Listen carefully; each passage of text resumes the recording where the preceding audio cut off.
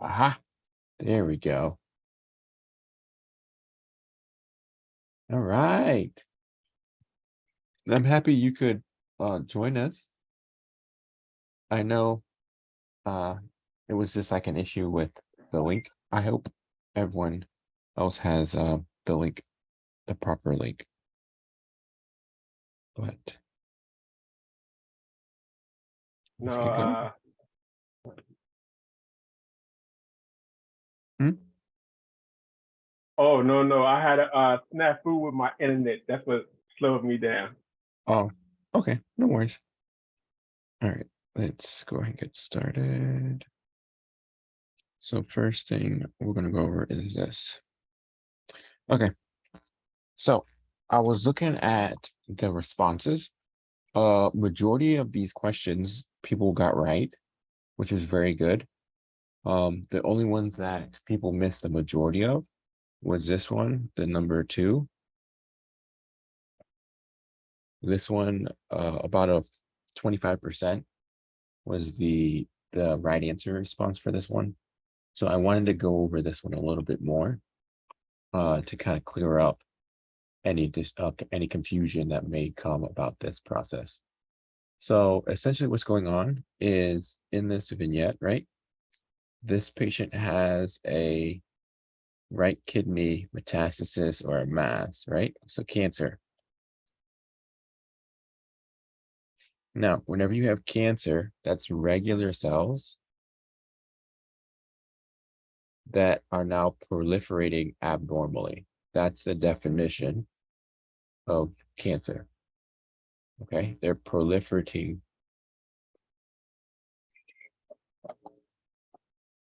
uncontrollably. And there's a variety of reasons why. It could be the P53, it could be the BCL2 with the apoptosis stuff not working properly. Like there's a variety of ways on why a cell can become uncontrollably proliferating, right? However, that being said, it's not it's not like an external cell, right? It's not like a bacteria. It's not a fungus. It's not something that's technically foreign to the body. Okay. So with that being said, you got to think that these cells are now more or less infected intracellularly, right? So for instance, what will happen is, let's say you have a protein, PKA, protein kinase A, okay? And on protein kinase A, the amino acid protocol, right? How it is set up with amino acids. Now, let's say there's an arginine in this PKA, right? But in the mutated PKA, instead of having arginine, it has something like glycine, right? So these proteins get broken down inside the cell, these mutated proteins, because the cell is proliferating uncontrollably, right? So these mutated proteins are getting broken down by the proteasome and they're being presented just like normal, because all cells do this except for red blood cells, right? It's being presented like normal on the MHC class 1.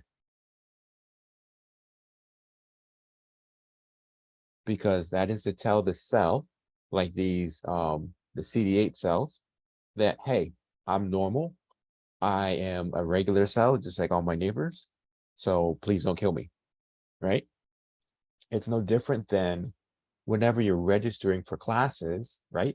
And you have to put in there your student ID. That student ID is synonymous to the protein that you present on these cells, right? It's that ID to say, oh, okay, you are where you're supposed to be in Med 3. Okay. Now, with that being said, excuse me, that means automatically you should start thinking the only type of cell that's going to target these guys is going to be CD8, right? Because MHC class 1s stimulate CD8 cells.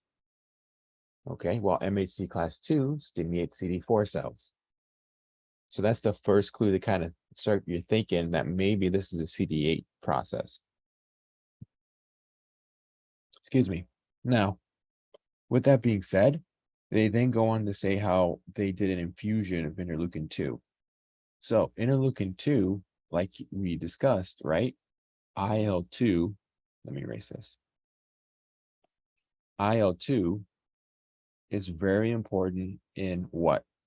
What is IL-2 very important in?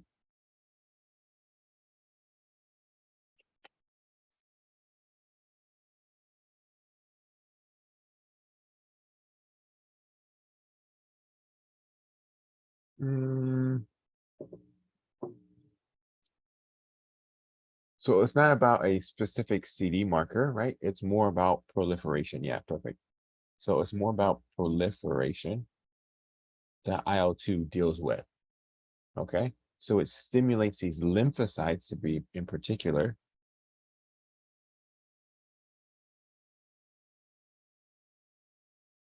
to proliferate. And as a result, these lymphocytes are not able to tackle on the tumor or tackle on the virus or tackle on a bacteria or even a fungus. Okay.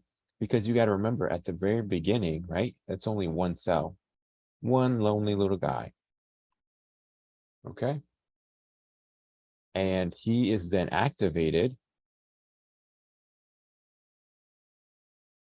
And that one little guy that gets activated cannot kill off thousands of bacteria or thousands of tumor cells or thousands of virus cells, right?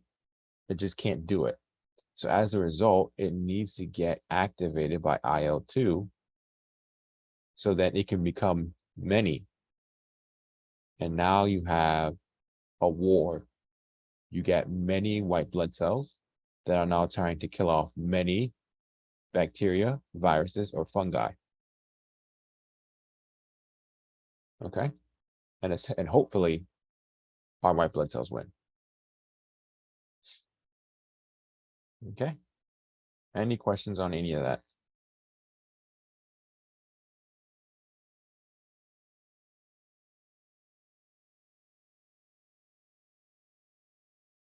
Yep. So that's why CD8 is the guy that's the big player. Now, IL-2, yeah, does not do anything with apoptosis. Antibody production, yeah, once again, not IL-2.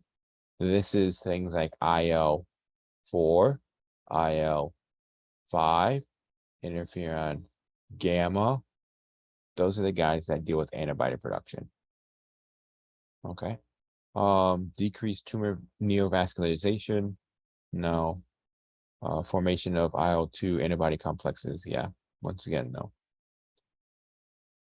Once I saw IV infusion roster, I thought, yep, exactly. That's exactly what you need to think of. Whenever you see this marker, IL-2, you need to think of proliferation. That's perfect.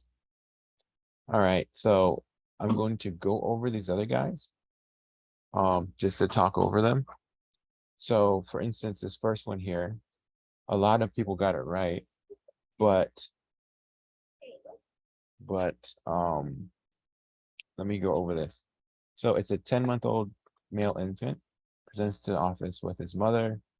She reports that the baby has been breathing faster than normally. Prior to this, there's some had runny nose, so there's some kind of infection going on, right? And we have a fever. This is another big thing to tell you that there's an infection. Before this med, right? Before med 3, you didn't really see many high temperatures because high temperatures is where you start thinking of immuno and like microbio and stuff like that. But so whenever you see those, you gotta kick your brain into thinking into immunology. But blood pressure is that, heart rate is elevated, which it should be. They diagnose him with an RSV. So it's like, oh, okay, he has a virus. So now which one of these is virus led? Once again, MHC class 1. Okay. So what is beta 2 receptors used for?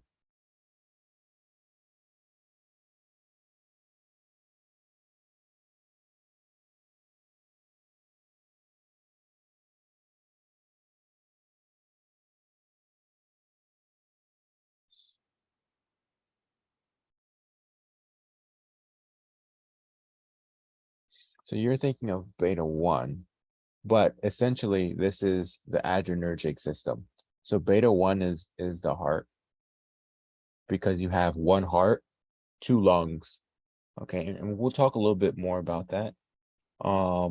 Especially when no, because that's med 4, so you probably won't have to even worry about it until then. But yeah, so it's one heart, two lungs. So beta 1 is the heart, beta 2 is the lungs, as well as the muscles. But yeah, so this is all adrenergic stuff. Good. Goblet cells. What do these guys do?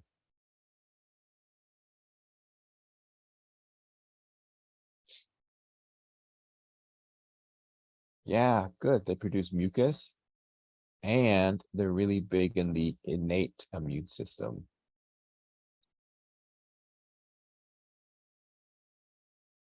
Okay. Because right now we have our immuno hat on.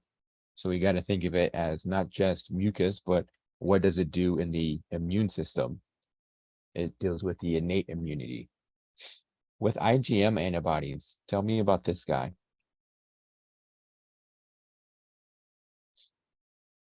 IgM does increase whenever you have infections, bacterial or viral or fungal. So why is this not the big thing?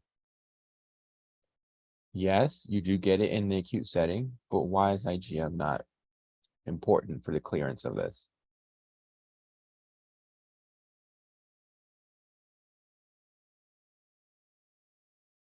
Because you always got to go back to the question. It's saying important for the clearance of the virus.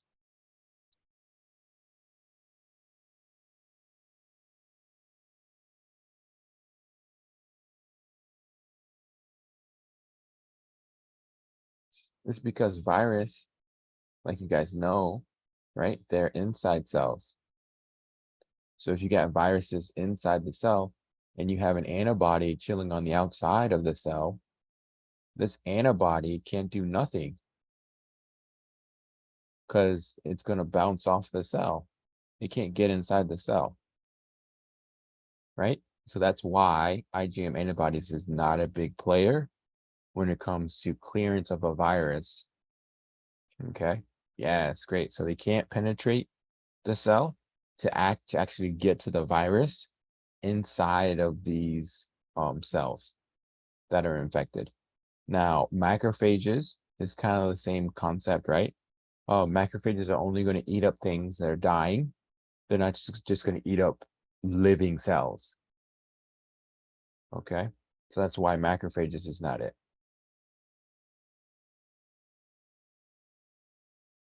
Oh, good, good, good, good. So yeah, that's the basis of that. So for this one, 3, you guys did very well. It's kind of the same concept, right? And it's CD8, so I'm not gonna harp on that one. This one was the other one that was kind of hard that people mixed up. And essentially what it's asking is this. If you have elevated amounts of IL-2, interferon gamma, and TNF beta, the immune cell responsible for this pattern of cytokine production. Okay. What immune cell is very important in producing these cytokines? And the only guy that produces interferon gamma, right, that you have to worry about. So you're thinking of TNF alpha when you say macrophages. So the only thing that deals with interferon gamma is the Th1 cells. These guys, right, they produce they produce interferon gamma, and as a result, you do a variety of things. You activate macrophages to become naive and to become inflammatory macrophages. You increase the production of more Th1 cells. What else does interferon gamma do?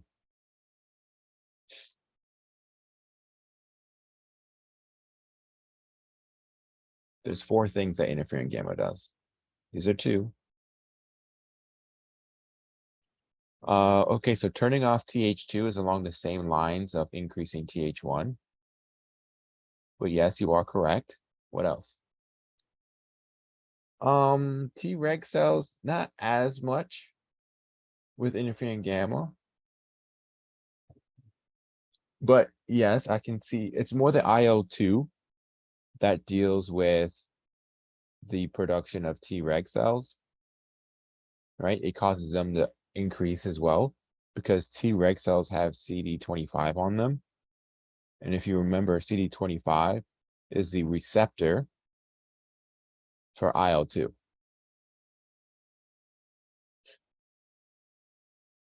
So what else? The other things is that it increases the production of IgG, right? And it increases the production of MHC molecules on the surface of the cells. Okay, so these are the four things that interferon gamma does. It increases IgG, increases the expression of MHC molecules, increases Th1 production, as well as stimulates macrophages to become active. Okay, with that whole respiratory burst and all that stuff that we discussed. Okay, so that's the big things that Th1 guys do. Th2 guys, what are they mainly responsible for?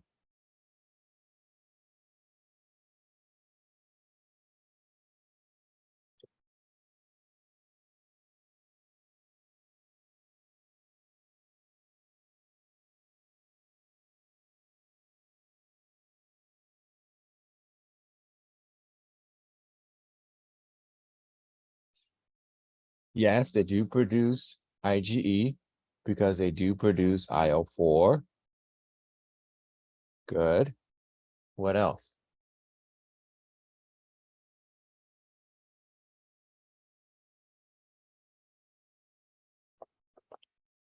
Eosinophils. Okay. So you have IL-5.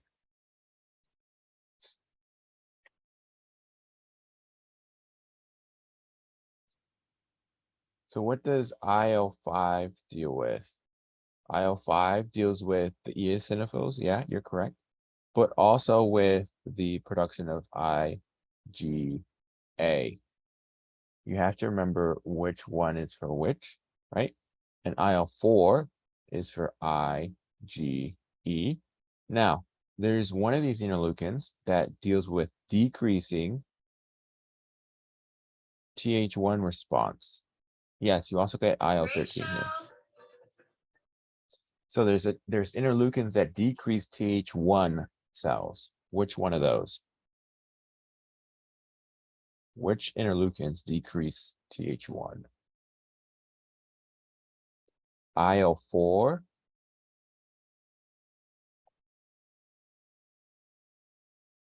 and IL-1 plus 3 equals 4. Okay, so both IL-13 and IL-4 deal with decreasing the Th1 response. Okay.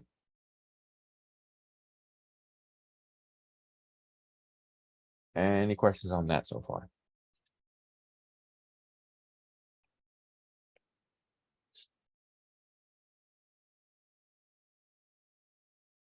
No? So IL-10 does inhibit the Th1 response too, but IL-10 is mainly released from the M2 macrophages and T regulatory cells.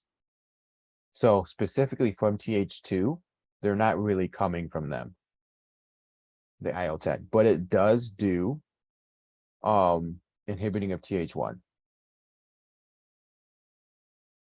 You are correct. All right, perfect. So we're going to talk a little bit more about epithelioid cells when we do pathology, because this is a pathological finding. It's literally just macrophages that have grouped together. Yeah, no problem. Okay, so it's just macrophages that have grouped together. And as a result, you get these cells that have a whole bunch of nuclei inside of them. Okay. There's a cell that's also the same concept as this. What cell is that? It's a cell that has multiple nuclei inside of it. They're also formed from macrophages that fuse together.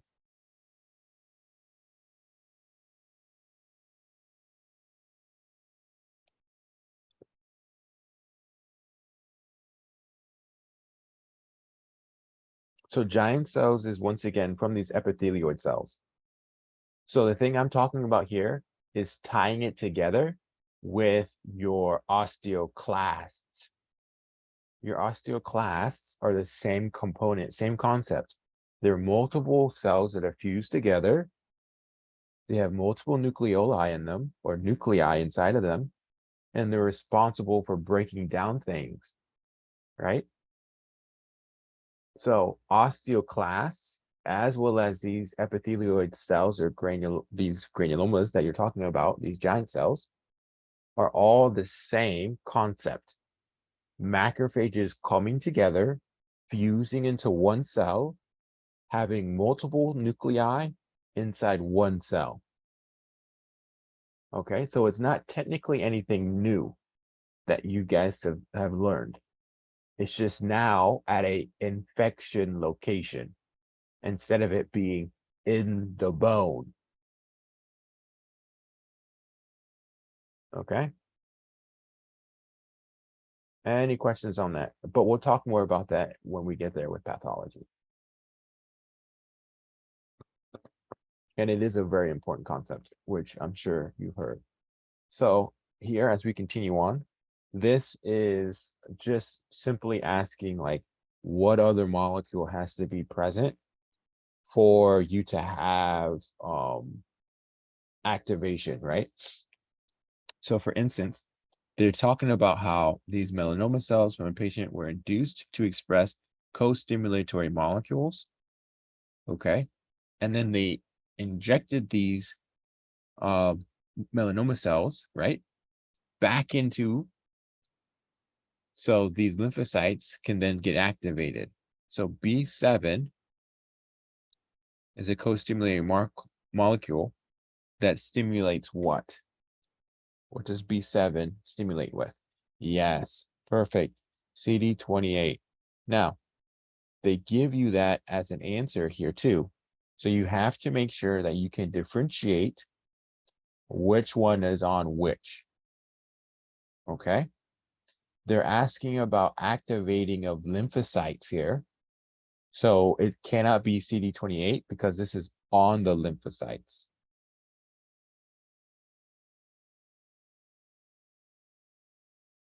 Okay? B7 is on the APC cells. So yes, it could be B cells, it could be macrophages, it could be dendritic cells. All of them have this B7. What stimulates B7 to be presented on the cell?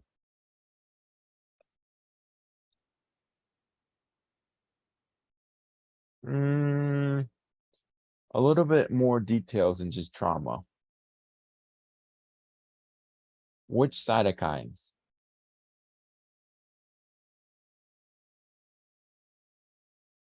So it's your pro-inflammatory cytokines.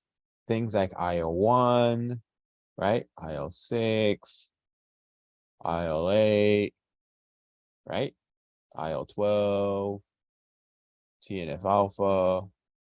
These are your pro-inflammatory cytokines that stimulate B7 to be presented on the cell. So yes, you are right when you say trauma, because trauma does stimulate this to occur. But this is the more important thing to know, that these pro-inflammatory markers are needed to present B7. If you do not have these pro-inflammatory markers, B7 is never presented on the cell. Which is why in this scenario, there was no inflammation. Which is why B7 was not presented on the melanoma cells. So they had to actually express it on themselves. So you could then stimulate their immune response. Okay. All right, great. So with this one, once again, we're talking about CD25 positive T cells. So this is what type of cell? Treg, perfect. What's the other marker they could have told you for a Treg cell? Other than CD25, what else is there?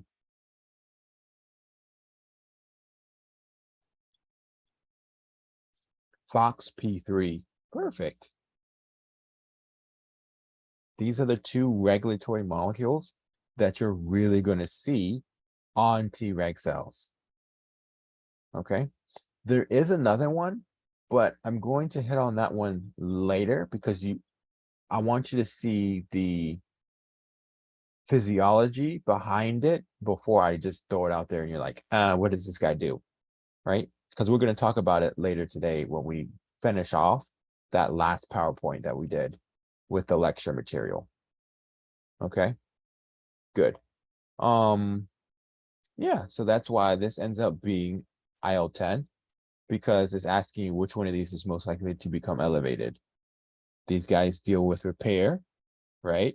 IL-10 is the big guy that deals with repair. The rest of these guys deal with inflammation or deal with acute phase reactants, which is IL-6. Okay. Okay, let's continue. So here they're asking you, or they're more or less telling you that, hey, the following cytokines are produced by recombinant DNA. They inject it into the solid tumor to increase this cell susceptibility to CD8 positive mediated killing. Okay, so these cells originally lack MHC class 1. And we talked about it earlier. What stimulates MHC molecule presentation? Interferon gamma. That's what we just discussed not that long ago. Interferon gamma does a variety of things, one of which is increasing MHC production.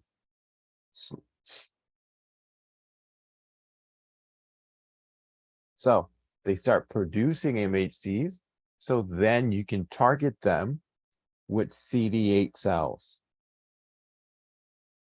Okay. So that's why that's why this question was interferon gamma. Okay, so whenever you have cells and you're trying to increase MHC molecules on the cell, interferon gamma is going to be the guy to do it.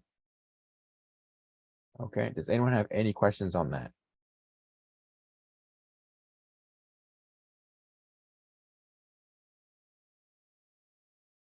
All right, perfect. Now, with that being said, make sure you still remember the remaining functions of this guy as well, right? He increases TH1, he decreases TH2, he increases production of IgG, right? Those other guys, you need to make sure you still remember it. All right, for this one, it's basically saying, okay, here we have this bacterial infection, which causes this patient to present with what is known as leprosy or lepromatous form, which is a form of leprosy. There's two different forms. You'll learn that later. But in this scenario, you have overproduction of these interleukins.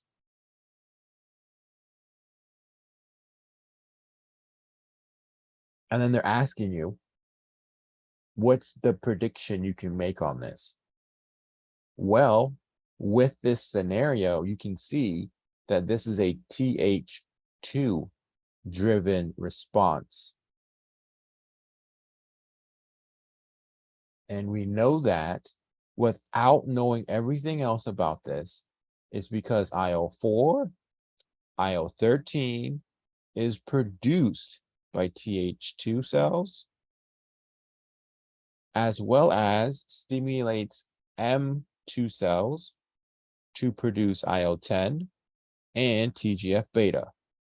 So this is clearly a Th2 driven response. And what you guys have already said multiple times is that Th2 deals with production of immunoglobulins, right? You get IgA and IgE. So you're going to produce a lot of immunoglobulins. And you're going to present in a scenario where you have hyper gamma globulinemia. Okay. Excessive immunoglobulins. Any questions on that? No. Perfect. Okay, so that was the last question. I'm going to post this inside of the folder. I already did the same thing for the last operative. This one here, I did the exact same thing. I posted this inside the folder for you guys to look at. So I'll do that for this one. Export. And I'll have the notes on it and everything. There we go. Okay. So now let's get to the new stuff. Well, I guess it's all new stuff, right? But well, not really new, but review stuff, I guess is to say. But with those, you kind of got the answer, right? So now you're not getting the answer until we go over it together. So I have a poll here for you guys to do. So you guys can answer the question anonymously, and I can see the answers that you guys are doing.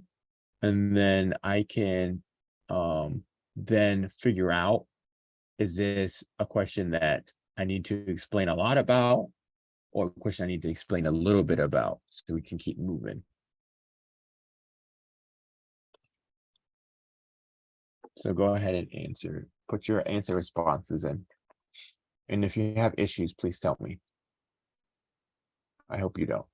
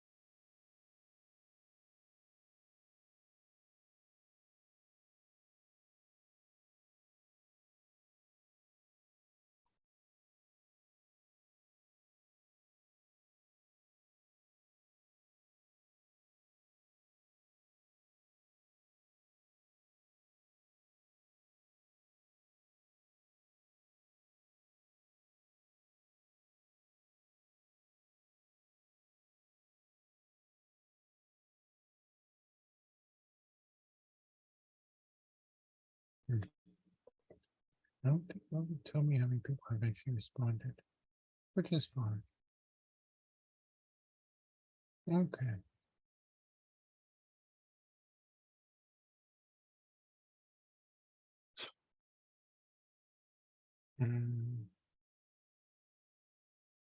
Yeah, so here, so go to, if you go to this site, it's going to allow me to see the poll on my side. So I can see what answer choice is used the most. I don't think it allows you to see the poll, but it at least allows me to see the poll.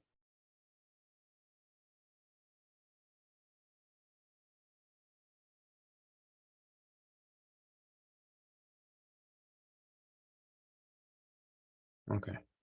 All right. So let's go a little bit more in depth on this one. Okay, so with this one, some people are saying that it could be A, it could be C, Some people said E, right? So let's talk about this one. So essentially what's going on is here. Yeah, it's a long vignette of a lot of things going on. But remember, the first thing you want to do is read the bottom line. So the bottom line says this patient's condition, increased susceptibility is most likely due to which of the following. Okay, so I need to find out what is abnormal in this patient. So boy shows up, has a generalized periodic rash. Okay, began during infancy and did not resolve despite initiating topical corticosteroids. Okay, he's having soft tissue abscesses in his legs. That's seems interesting. He has been admitted to the hospital 3 times during the past 2 years for pneumonia. Okay, so he seems to be getting a lot of infections here.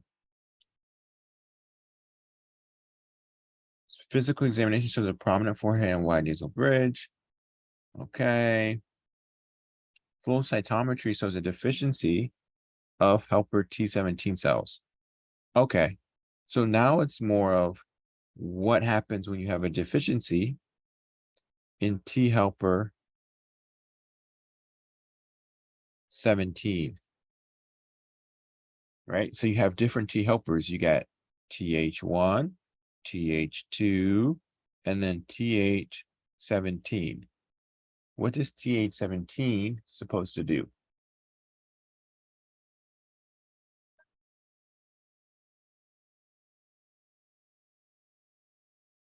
Yes, he's responsible for bringing in neutrophils.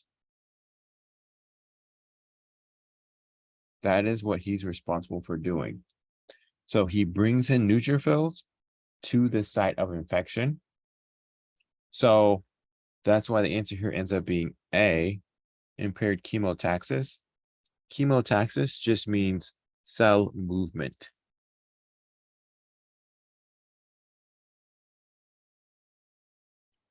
Okay, that's exactly what chemotaxis means. All right. So with that being said, that's why A is the answer for this scenario.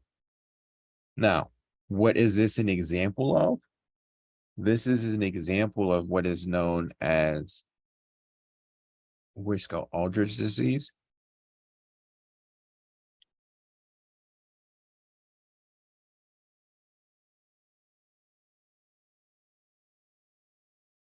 Okay, which is why he presents that way. Now, we're going to talk more about these guys later at another time, but which is the next week. So I'm not trying to bog you down with it. Just this right here is the more important things because you're learning the parts before you learn the whole disease. So here it's right, the extracellular infections, so on and so forth. TH17, these guys is used for producing IL-17, IL-22, IL-21, in which we said earlier, right? IL-17 deals with neutrophil aspects of things. They bring neutrophils to the site of infection. So that's why you have chemotaxis issues when you lose TH17 cells, because you lose IL-17, which leads to a decrease in neutrophil extravasation. Okay, any questions on any of that?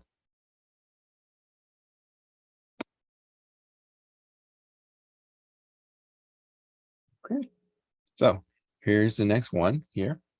So go ahead back to the poll. You should be able to change your responses to what the new response you want it to be. Oh, here, let me go ahead and I did not add an F.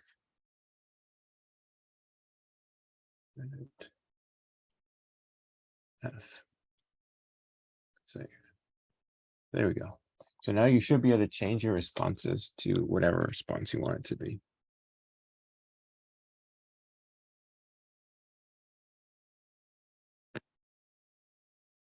And I'm just kind of looking to see.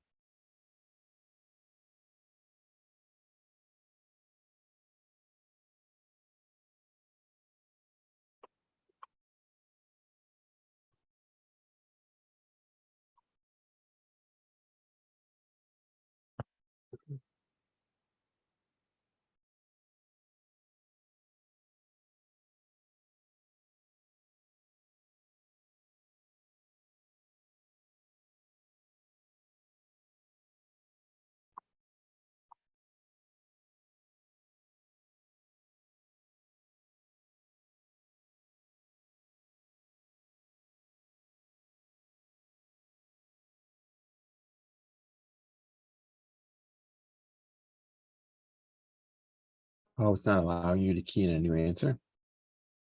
Hmm. So you may see like a little trash can button. Hit that first, and then see if you can do a new answer. So hit the trash can button first, and then click on whatever answer you want it to be. See if that works. Okay, great. There we go. Yeah, I'm seeing a lot of changes in the answers now.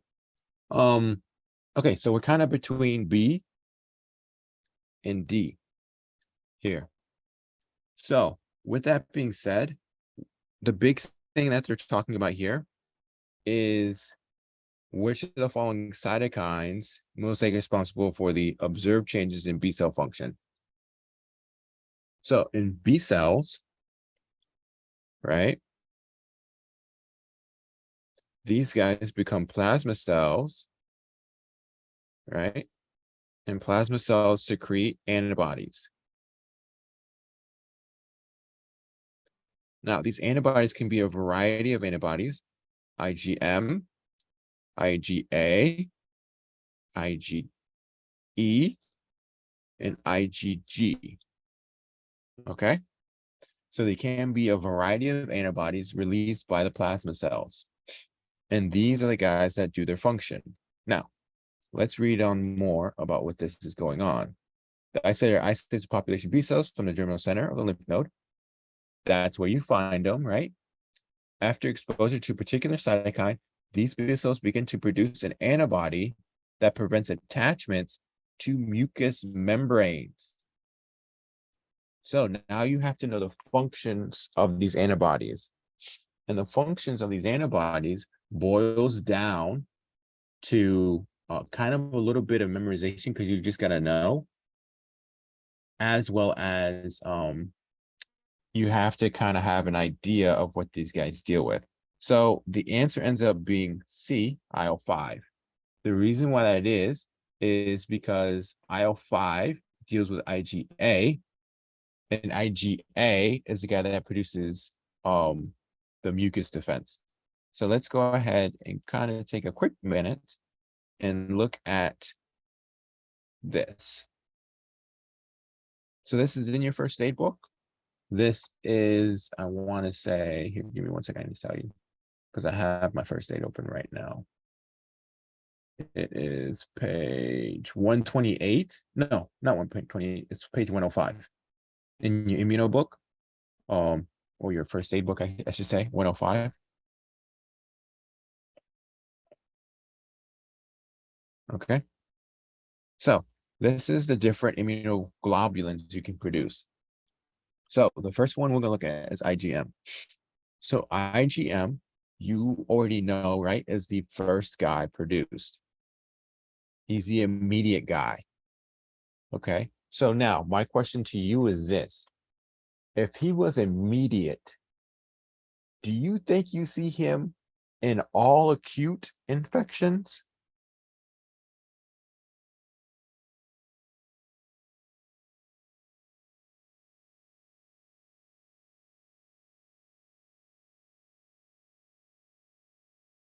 Do you see IgM in all acute infections?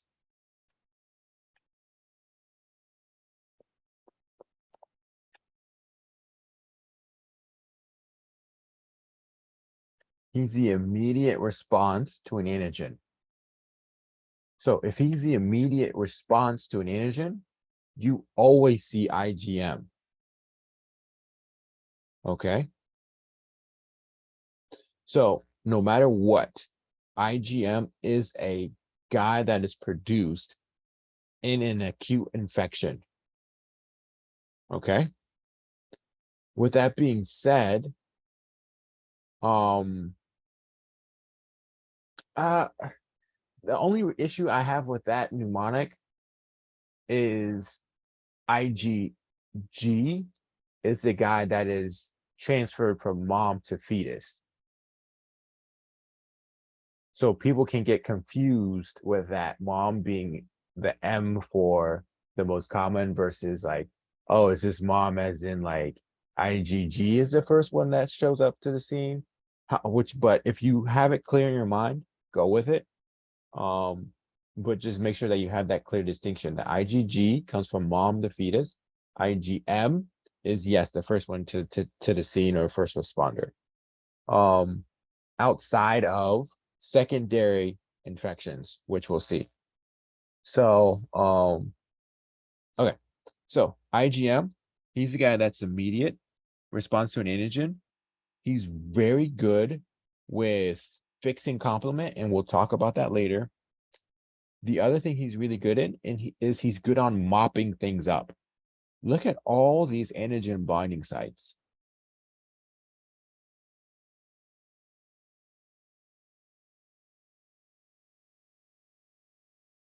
There's 10 of them, to be exact. 10 antigen binding sites. So if you had an infection, and by the time you made antibodies, it was a week into the infection, do you think you need something that would mop up a lot of the bacteria? Yes, because by the time that you produce antibodies, you're well into the billions. Because bacteria grow at an exponential growth. One cell becomes 2 cells become 4 cells. Lo and behold, before you know it, you're looking at a billion cells very quickly. Okay, so that's why these IgMs are so key at the very beginning, but it's because they're going around mopping up a lot, which is what's happening at the beginning of an infection. The first time you see it is you're so slow to produce antibodies. So you need something that's able to mop things up to catch up, which with the bacterial infection. It was very nicely developed by, whoever is up there. But anyways, so these guys are connected to each other by J chains.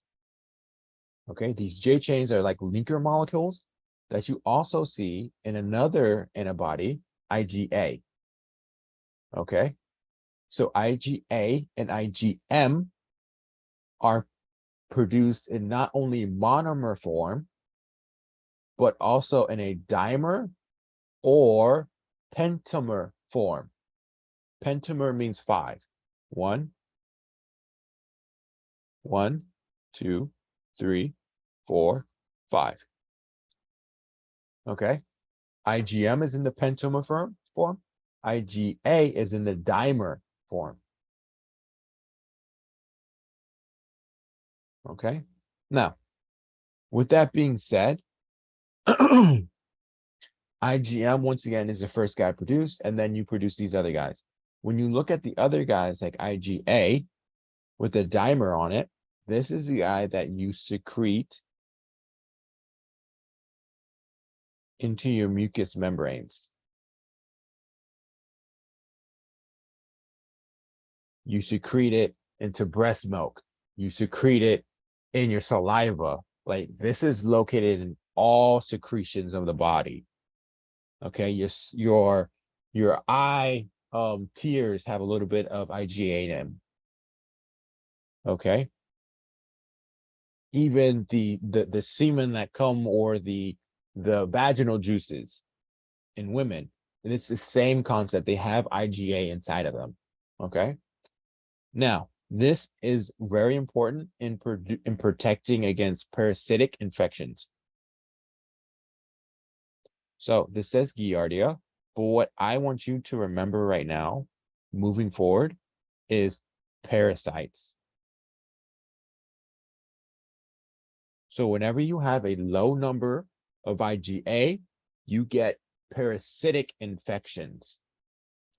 Okay, you get diarrhea, you'll get vomiting, GI symptoms, because IgA is a big guy that helps protect you in those areas.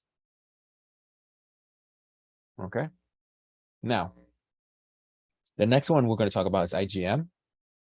IgM, this is the highest affinity antibody. So out of all the antibodies, IgG binds the tightest to the antigen. Okay. And it's also the only one that can transverse the placenta. Okay. So when we're going from mom to fetus, IgG can transmit to the fetus. Now, here's another big question that people love to pull at you is you have a mom. Is it also the smallest in size? That's not as important. I mean, yeah, it does have a size component to it, but they're not going to ask you like which one of these is the smallest, right? So IgG, the component of it that you really have to make sure that you know is that this can transverse the placenta, right? So a scenario they love giving is this. They love giving a scenario where a mom has an infection with whatever. It could be a virus, could be a bacterial infection, it could be HIV per se. Okay. Mom gets infected with HIV, baby is born. What do you want to check in the baby to see if the baby has been exposed to HIV and is at risk of having HIV? That's the type of questions they hit you with pertaining to this IgG. And the reason why is because IgG passes the placenta. So that's a bad marker to use. So let me write this out. So you have a mom. You're going to go over this again during the semester. And a child, right? Mom is positive for the infection. When you are positive for the infection, you get antibodies, right? You get IgM, you get IgG, right? You even get IgA, IgE, and all the other ones. Not very important right now. I'm just focusing in on IgM and IgG. Now, IgG can transverse the placenta.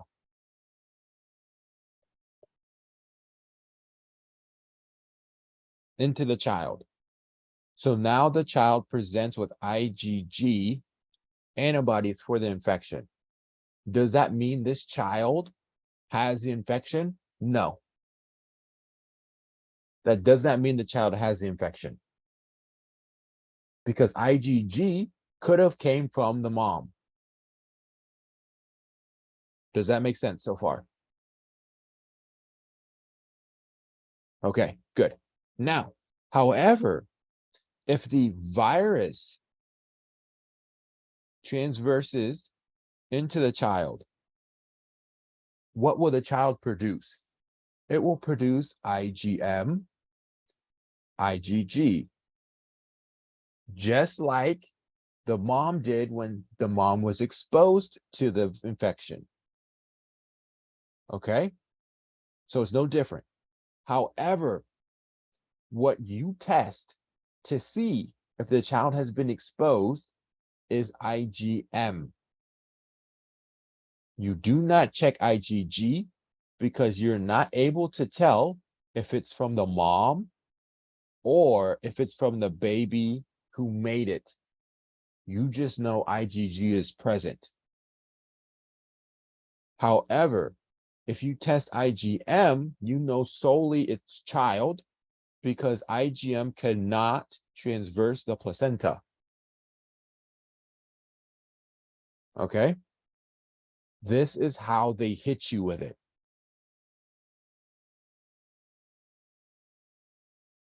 Yeah, so IgM, right, is the first one that always is present in an infection.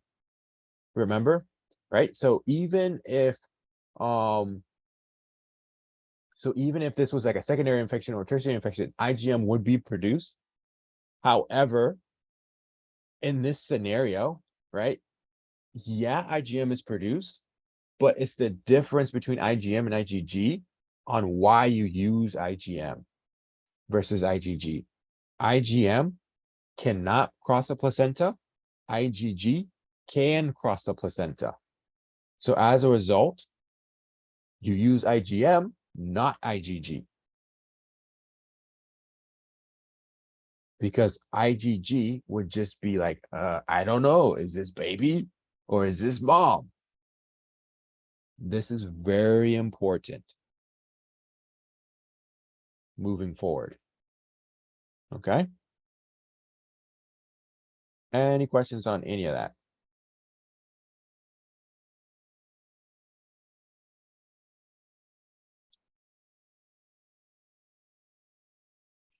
No?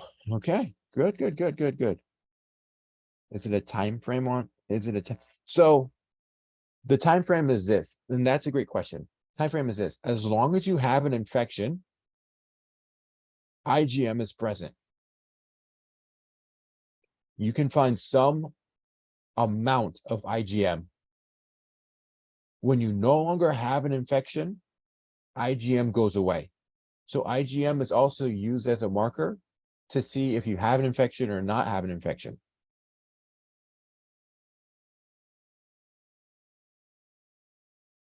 So I hope that helps clarify that for you.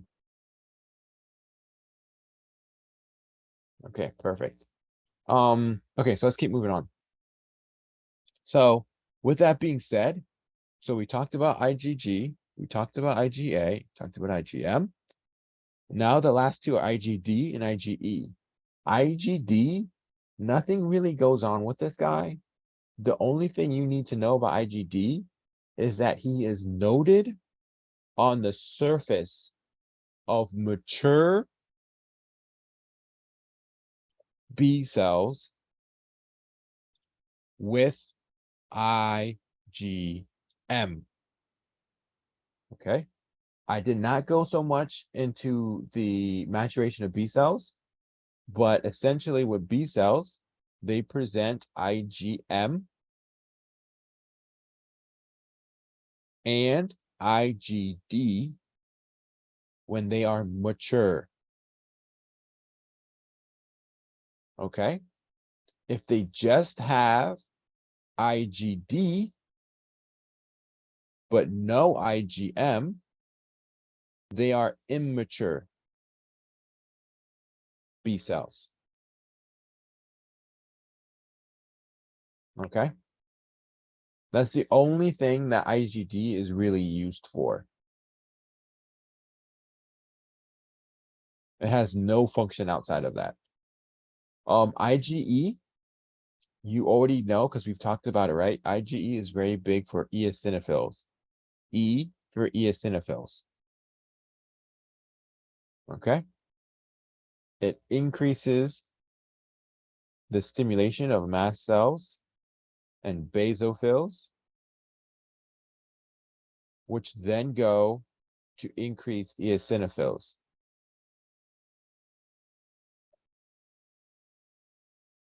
And that's why it says that this contributes to activating eosinophils.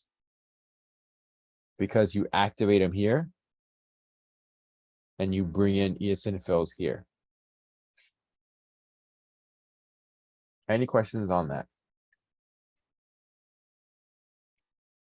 No?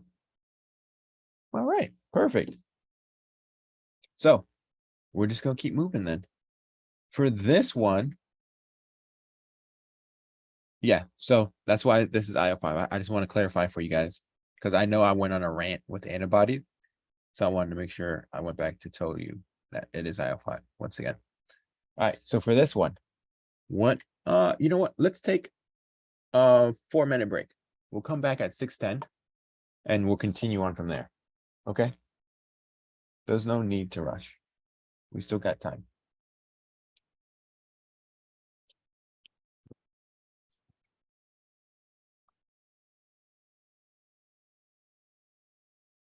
I will post the I'll look at the question thing though.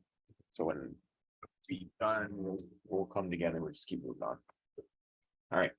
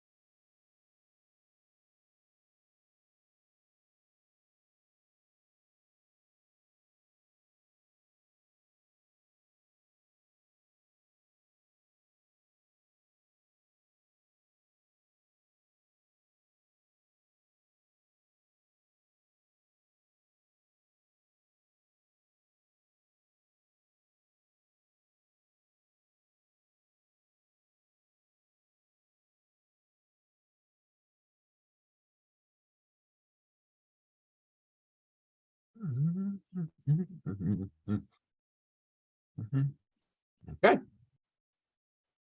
So let's see the responses. What we got here. We got some people saying B.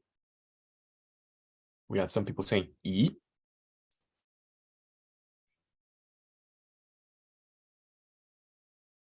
For this scenario. So what's going on here? We have a question that says, which of the following is most likely to be increased in this patient? Okay. So what's elevated in this patient to make me think that something is going to be increased? Well, let's see here. Is asthma, okay. Is leukocytes, okay. He has elevated serum concentration immunoglobulin E.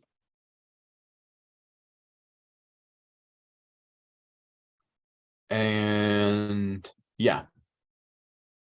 So as a result, what now do you suspect is going to be high if you have high IgE? Yes, IO4, which is why E ends up being the right answer for this one. Okay. That's once again, just making sure you remember what each one of these guys deal with. Okay. Let's keep going. Okay, throw in your answers for this one.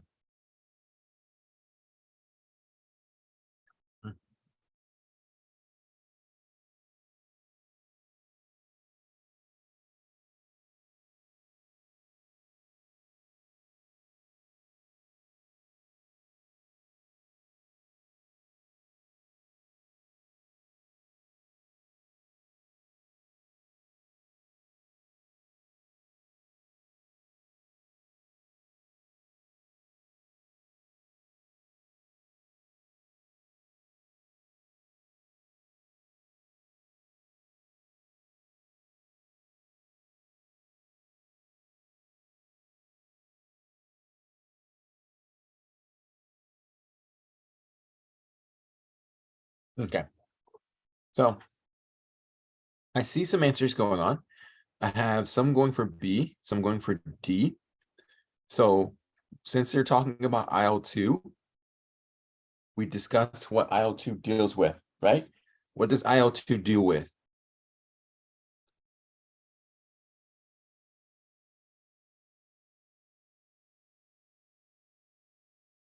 Proliferation. I love it.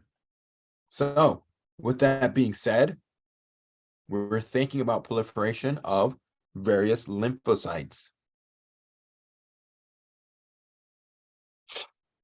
Okay. So yeah, it talks about this pigmented lesion on our left foot. It's a verrucous lesion. It's like reddish black red. It's S100 positive. If you see S100 positive, what does that think of? What do you always think of when you see S100? Yes, you think melanoma, but you got to be more specific than that because S100 is not just seen in melanoma. So that's why I'm trying to get you to differentiate what else can present with S100. Because if you know the basics of embryo, everything else will never make you confused. Neural crest cells.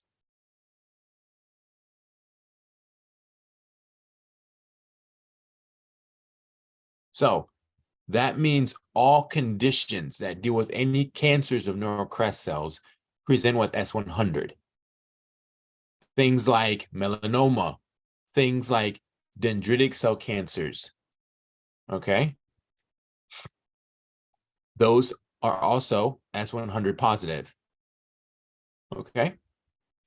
Even various neurofibromas that you get pertaining to the Schwann cells. There's a condition known as neurofibromatosis type 1, where you get a whole bunch of neurofibromas all throughout the body, and there are Schwann cells. So it's S100 positive. So that's the big thing to remember here. S100 is known in neural crest-derived cells. All right, I was thinking CA. What do you mean by CA? Does that, do you mean cancer? Okay, good. All right, so perfect. So yeah, so we have this cancer here. So what are the big guys are going to be utilized to kill cancers? Cytotoxic T cells, natural killer cells, which is incidentally also lymphocytes. Both of them. What's unique about natural killer cells, though, pertaining to their development?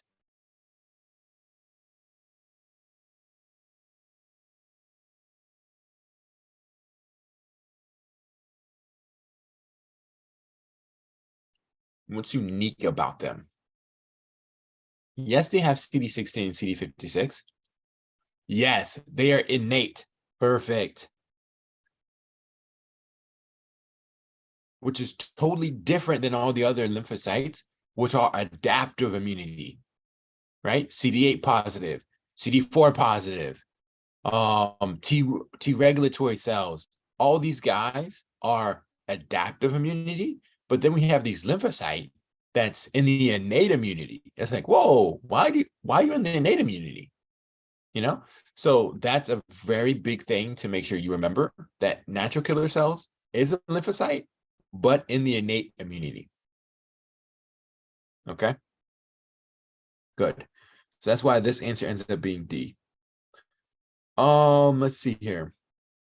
What stimulates antigen presenting cells?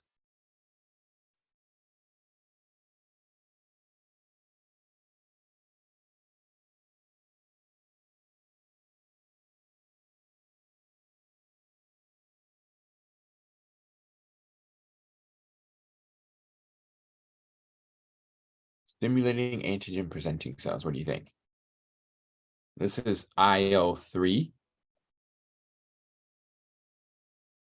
right? Because IL-3 is the big guy that stimulates the myeloid lineage, which presents and becomes the antigen presenting cells, like dendritic cells, macrophages. That all comes from this IL-3 that stimulates this process. Okay. Now, interferon gamma in macrophages, yeah, that's more of like causing them to do the respiratory burst. Since it says antigen presenting cells, you got to think of all of them, not just one subset, right? What stimulates the release of acute phase reactants?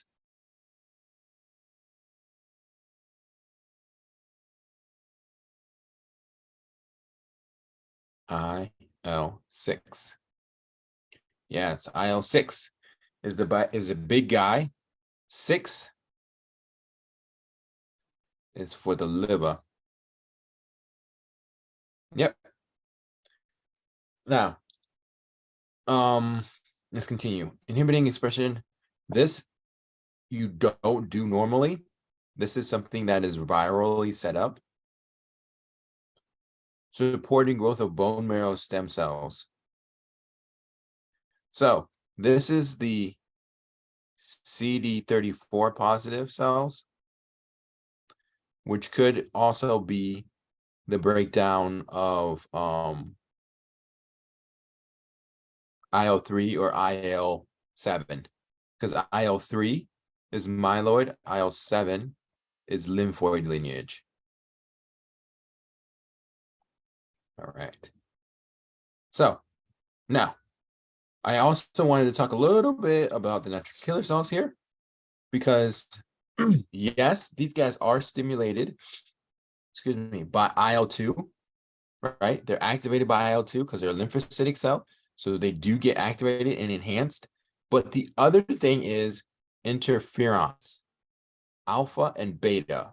Now, these guys are a little different because what ends up happening is this.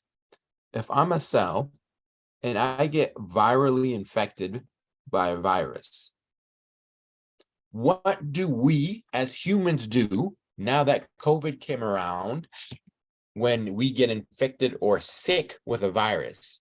What do? We wear masks sometimes because people then start staring at us like, oh, you're up in here coughing in this grocery store and you don't got no mask on. So I'm about to look at you side-eyed. So we try to avoid that by wearing masks, right? So we're notifying those around us, hey, I'm sick and don't come near me, right? That's what the mask is essentially telling other people around you. Okay. Now, the cells have this same type of mentality where they release what is known as interferon alpha and interferon beta. These interferons go to the nearby cells and they cause them to then be like, oh, he's infected with a virus. If he's infected with a virus, I need to now take precautions for myself to ensure that I don't get sick. So what precautions do you do as a human? You stay away from them. You may sanitize your hands. You may even tell them, hey, sanitize your hands. But I mean, that's kind of a dick move, but that's something you can also do, right? But these are all kind of precautions that these cells or people can do to try to limit themselves from getting sick. Okay? So that's exactly what happens to the cells next to the virally infected cell. What this cell would do, after it gets these signals, it'll do this. It will increase the production of a kinase. And this kinase, what it deals with is it phosphorylates a guy you know very well, which is known as elongation factor 2.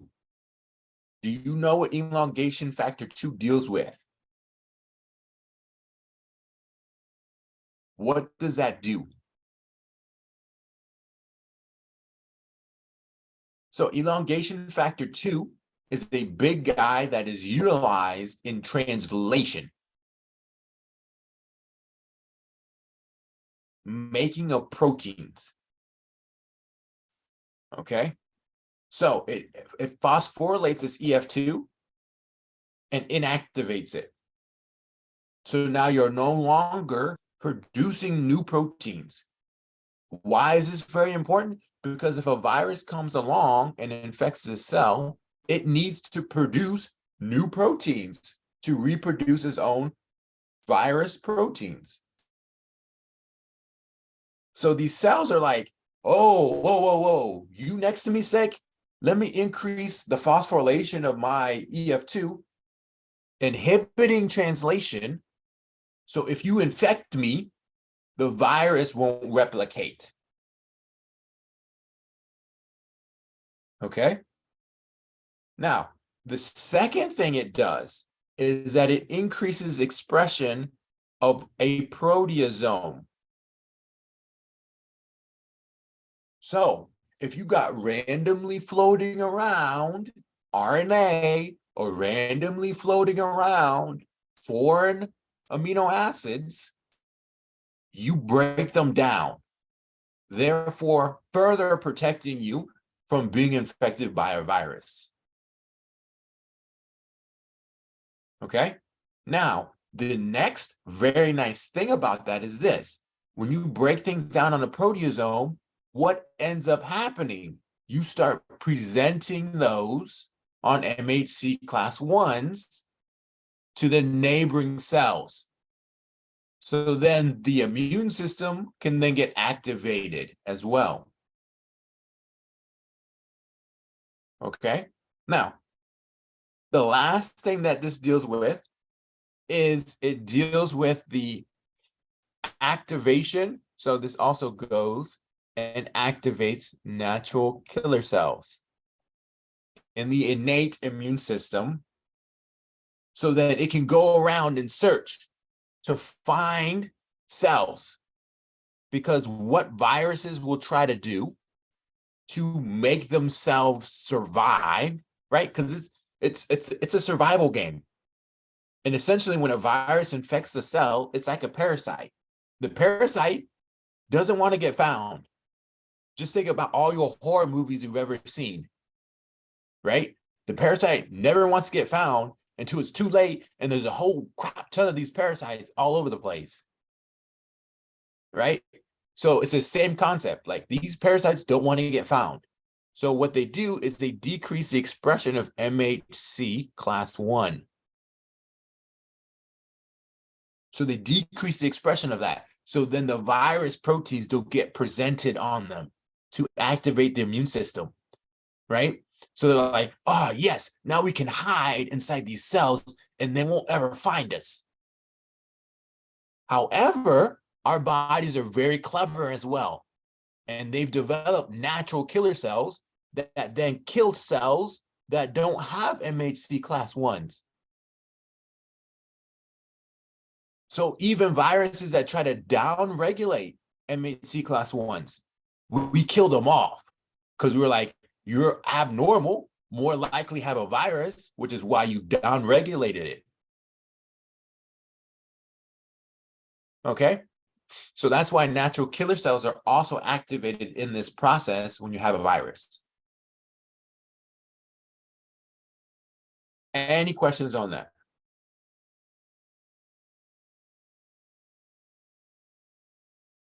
No. Now, the last thing I want to say is these are the guys that are also very responsible for why you feel cruddy when you get viruses. You get muscle aches. You get the fever. You get all these things. Majority of the time, more or less 100% of the time, in all honesty, is from these guys. Interferon alpha, interferon beta. Because they cause you to have those symptoms. Okay. Good. Good. Okay, so that's natural killer cells and how they work with viruses, and how IL-2 plays a part with it, because IL-2 from T helper cells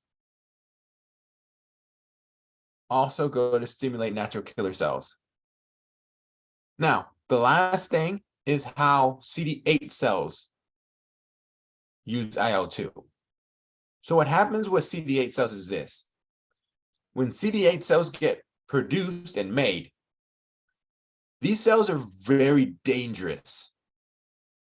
The reason why I say that is, think of it like this. Essentially, CD8 cells are going around killing off our cells that have possibly have a virus in it. We don't know for sure 100%, but they possibly do. Okay? Because like we said here, when this cell that's unsick gets interferons, they also present viral antigens, but they're not sick. Okay? They're presenting it to activate the immune system, but they themselves are not sick. So, with that being said, you don't want these guys just randomly always being activated, going around killing things. So, CD8 cells themselves do not produce IL-2.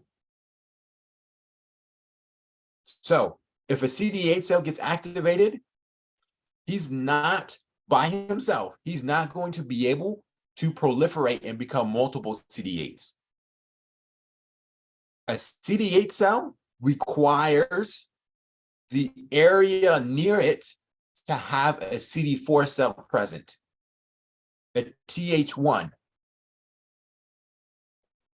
or a TH2, but more or less it's a TH1 because CD8s are also the guys that deal with killing of intracellular things, right?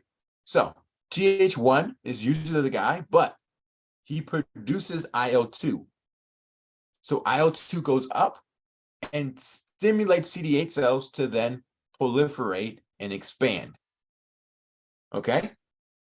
This is also why in HIV, you have an issue with multiplication of cells, because CD4 cells are the big guys that produce IL-2 for everything else to proliferate. Okay? Good?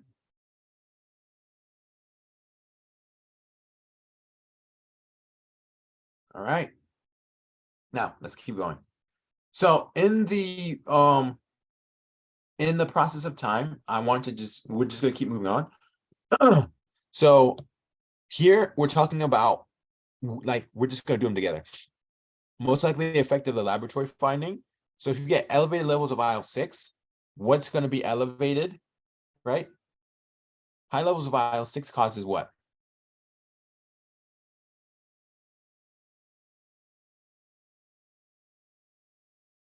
Yes, good. Acute phase reactants. Okay, these acute phase reactants, there's a variety of them. One of them with increasing, right? You can do any mnemonic you want. There's plenty of them out there, but you get increased fibrinogen. You get increased things like hepcidin. You get increased things like amyloid protein. You get increased things like procalcitonin. Okay. You get decrease in things like albumin because you don't want other cells to have access to them. Okay. So these are the various things that ends up happening. So then you're just cross-checking. So decreased synthesis of hepcidin. No, it's increased. Decreased expression of MHC class 2. So CRP, which is the thing I didn't add on here. CRP does do a little bit with MHCs, but it's not as important. This is more important for complement, which we'll talk about next week. So no. Increased concentration of albumin? No, it's decreased. Increased production of IgE? No, that's IL-4, right? Not any of these acute phase reactants. Increased activation of macrophages? No, that's interferon gamma, right? So increased release of fibrinogen, which is what this is here. Yes, exactly. Perfect. So that's exactly what how you approach that question, right? Good. Now, here is all the other acute phase reactants. I pretty much said them all, right? CRP, fibrinogen, hepcidin, procalcitonin, serum amyloid A. We talked about albumin being decreased. I didn't talk about transferrin, which is also important to know that this is decreased. Okay. As haptoglobin, yeah, it's important, but this is more important for anemias when you'll learn later on. Okay, that'd be that your second cast with haptoglobin. Okay, all right. So here, let's continue on. Which of the following cytokines is involved in the recruitment of the primary cell type found in this fluid or liquid? So we have a progressive pain, redness, and swelling of the left arm. Started 4 days ago. It's fluctuant. Erythematous. You do an incision and drainage of the lesion. This tells you that whatever it is an abscess. Okay, you only do incision and drainages on abscesses. Okay, yes, perfect. And you get white liquid, which makes you think of pus. And pus, we know, is neutrophils. So now we're wondering what cytokine stimulates neutrophils. What is the guy that stimulates neutrophil recruitment?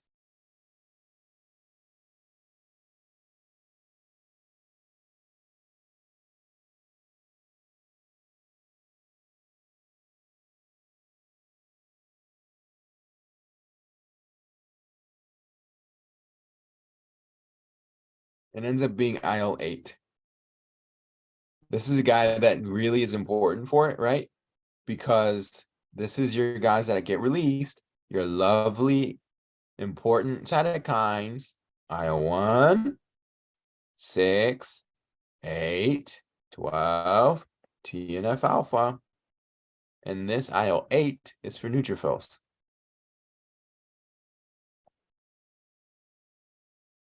Oh, I like that. Clean up on IL-8. Yeah. Oh, yep. Exactly what first aid says too. Good job. So, yep. That's a very good kind of abbreviation for what IL-8 does. All right. So, for this one, it's asking you which of the following cytokines is directly secreted by Th1 cells. So, if I have a Th1 cell here, what does it release?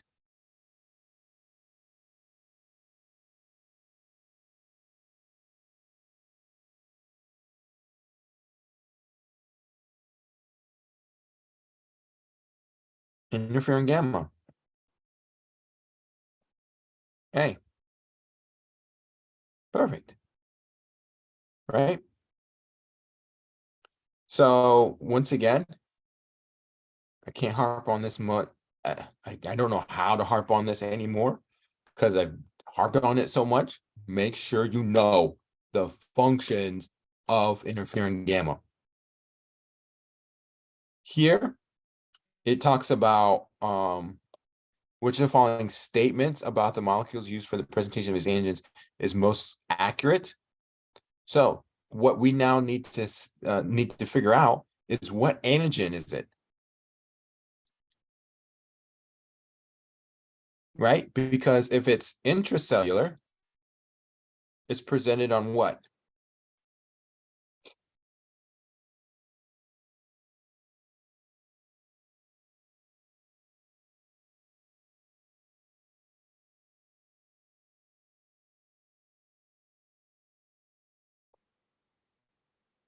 Antigens being presented. Yes, MHC1. Perfect. Okay. And if it's extracellular, it's MHC2. Okay. So we have to now figure out, is this MHC1 or MHC2? Okay. He's individual. He has fever, chills, headaches, and fatigue. He appears ill. There's single-stranded virus. So I'm already thinking intracellular. So let's confirm it. Present antigens on the pathogens is CD8 positive lymphocytes. Yeah. So with that being said, B ends up being the right answer because B is the breakdown of how MHC1s are different than MHC2s. Okay. MHC1s, you got this beta 2 microglobulin. MHC2, you got two long, heavy chains. Okay, that both play a part in the antigen presentation.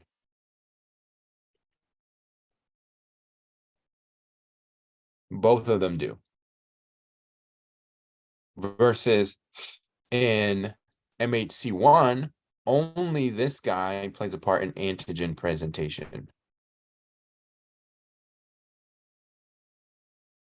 So if you damage the beta 2 microglobulin, you have no effect, right, to the antigen presentation. Yeah, make sure you once again remember You got 3 MHC1s, 3 MHC2s. That's a 3 such. Oh, yeah, I would agree. If you're doing, I want to say this probably came from Emboss, I think. If you're doing Emboss questions, yeah, I do throw in some 4, maybe 5 hammers. Whichever ones I run across that are good, kind of just throw them in there because it's important to know, right?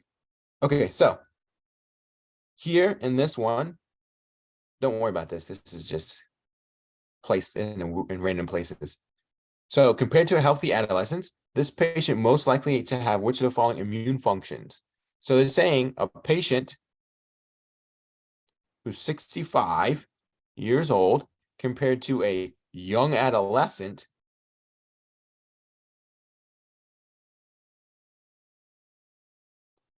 What's the difference in their immune system? What's the big difference in a patient who's 65 versus a patient who's in the adolescent years? Yes, perfect. The decreased responsiveness to vaccines. This is because the thymus involutes.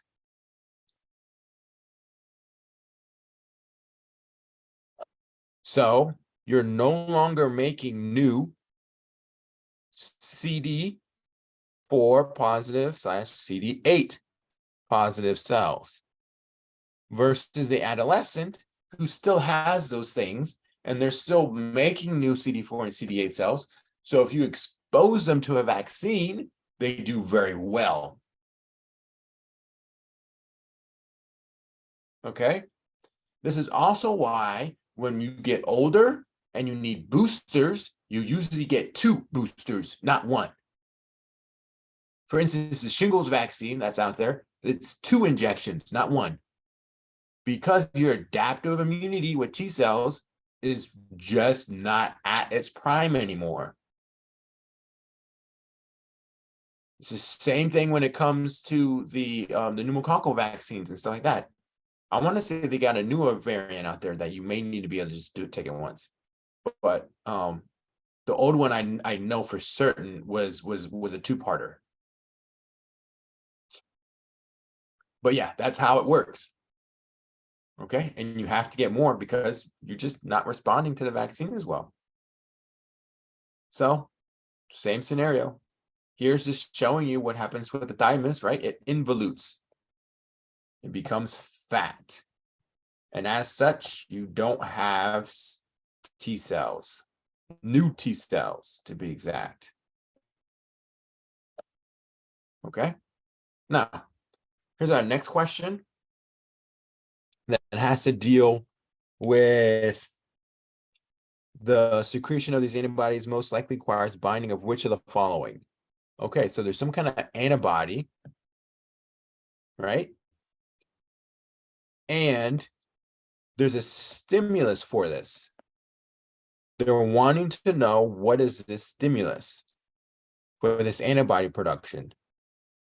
So what type of antibody are we producing, or what are we doing here?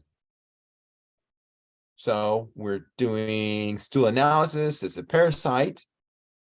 We have antibodies against the parasite pathogen. Okay, so this is not IgM. We're looking at the production of IgE or IgA. Okay, because these are the big guys that play with the production and protection of parasites. So with that being said, what is the stimulus to cause a B cell to undergo isotype switching? CD40 to CD40 ligand. If you remember when we discussed last Thursday, I said CD40 ligand is presented on activated T cells. only. Okay? You don't see them on activated CD8 cells, only activated CD4 cells. Okay? This is the marker that is needed for helper T cells to interact with other cells and release the cytokines it needs. So for instance, when this T helper cell goes to the tissue to help out macrophages, it utilizes CD40 ligand. When this T helper cell goes to the germinal centers in the lymph node to interact with plasma cells or B cells, it uses CD40 ligand. Okay, so CD40 ligand is the receptor or protein on the surface of T helper cells that allows it to interact with the cell that it's helping. So for instance, the macrophages with interferon gamma, or the B cells with interleukins that cause them to do isotype switching. Okay, so that's the big thing I want you to remember, is that when T cells get activated and they're CD4 cells, they present CD40 ligand, and that's how they help other cells. Okay, so for instance, everywhere it's this guy, CD40 ligand. So here with B cells, how do B cells undergo isotype switching? CD40 ligand from the T helper cell interacts with CD40 on the B cell to allow them to do the isotype switching. Okay? Any questions on any of that?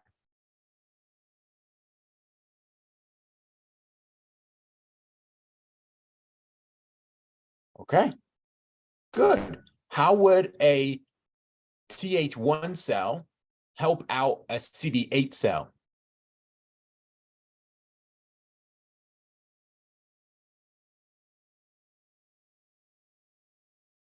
How would a Th1 cell help out a CD8 cell?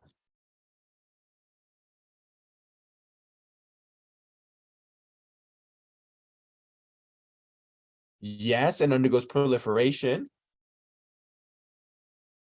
right? But once again, don't forget, you have the CD40 ligand, right? The CD40 ligand is a big thing that connects with the macrophages in the tissues that then allows them to then get activated and produce IL-2 and then do that process with proliferation. So even at this location with doing with CD8 cells, CD40 ligand is once again needed.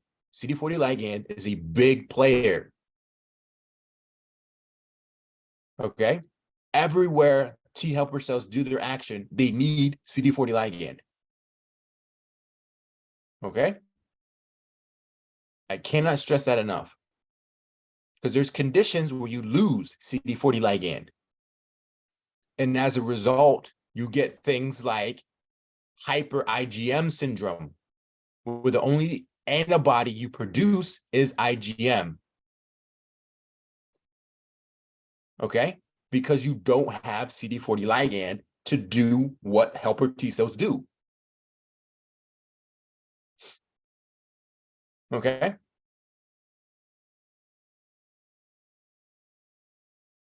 All right, great. So here with this question, it's literally asking you, what is the transcription factor for this infection? So this is the transcription factor for this infection. So we're looking at what type of infection this patient has. Is it an extracellular? Is it an intracellular? Is it a bacteria, right? Because if it's bacteria, you're thinking Th17. If it's a virus, you're thinking Th1. If it's a parasite, you're thinking Th2. So what type of infection is this? So this is something that is intracellular because this is cytoplasmic that's inside the cell.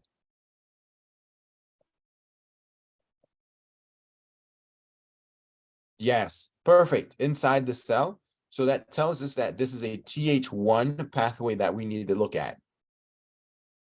So which one of these is a transcription factor for producing Th1 cells from CD4 positive cells?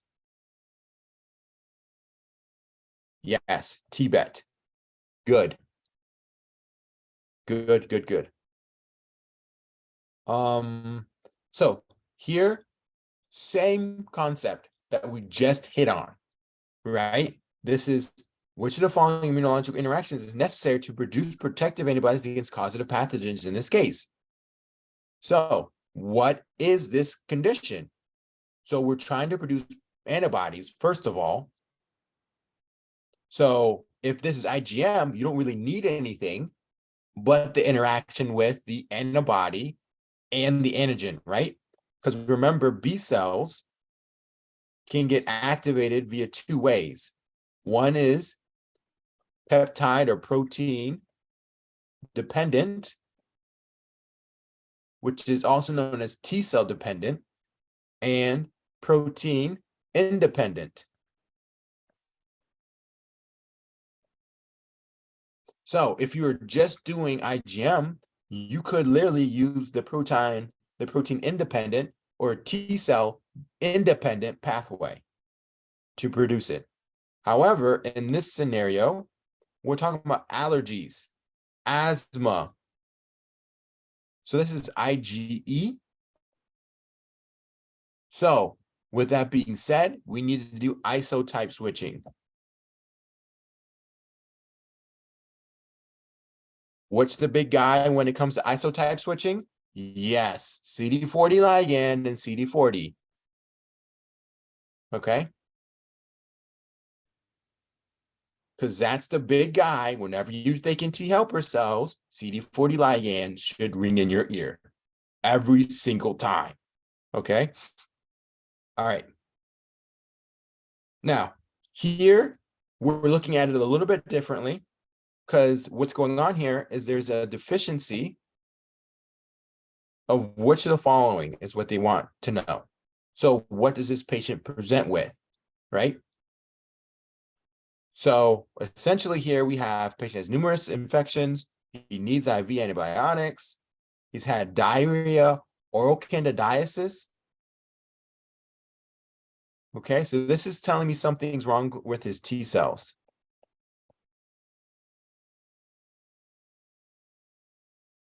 He's failed to make a protective immune response after vaccination. He has low levels of CD4s. Okay, so we have low levels of CD4. So now they're telling us what it is.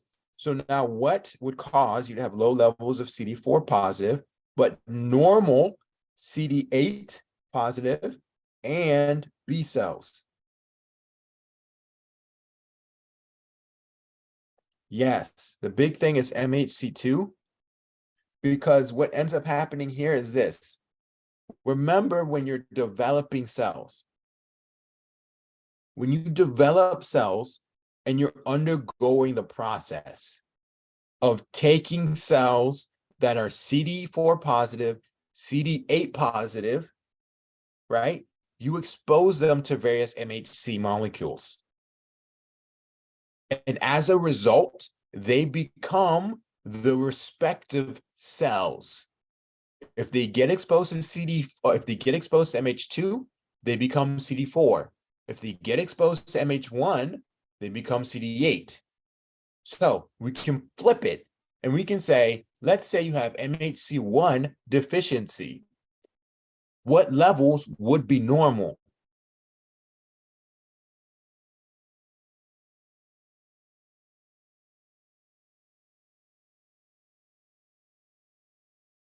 If you had an MHC1 deficiency, what levels would be normal?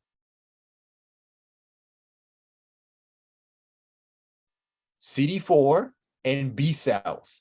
Perfect. Because CD4 cells would still be able to be exposed to the MHC class 2, but MHC class 1 would be gone, so you would not have any production of CD8 cells. Okay, so that's what this concept is playing on, is this here.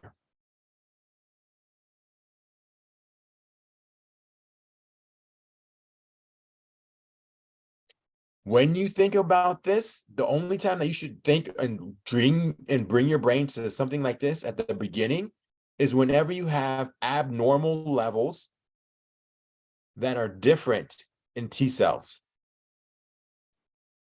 So what I mean by that, if you have high levels of CD4 and low of CD8, they're not matching.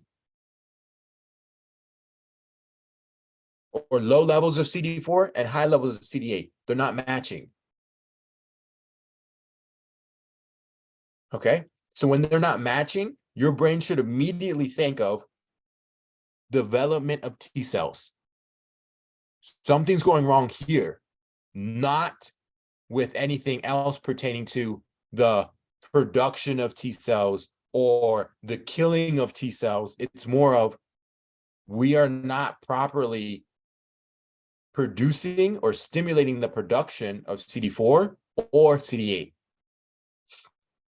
All right, great. Because when you think of things like HIV, right? HIV, you have decreased levels of not only CD4s, but also CD8s. They both go down. It's not one goes down and one goes up. They both go down, which is why you're immunocompromised. Okay, so yeah, that's the biggie.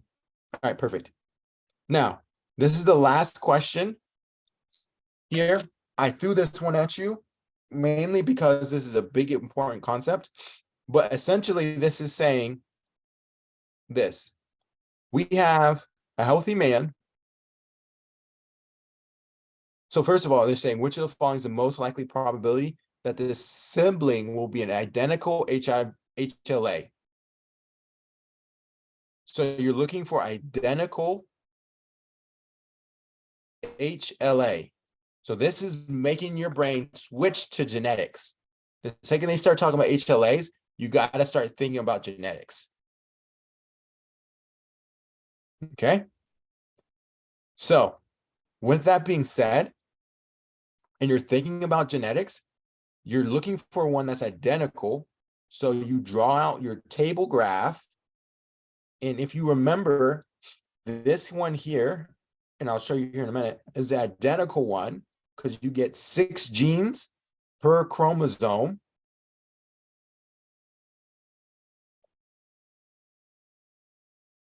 From mom and from dad.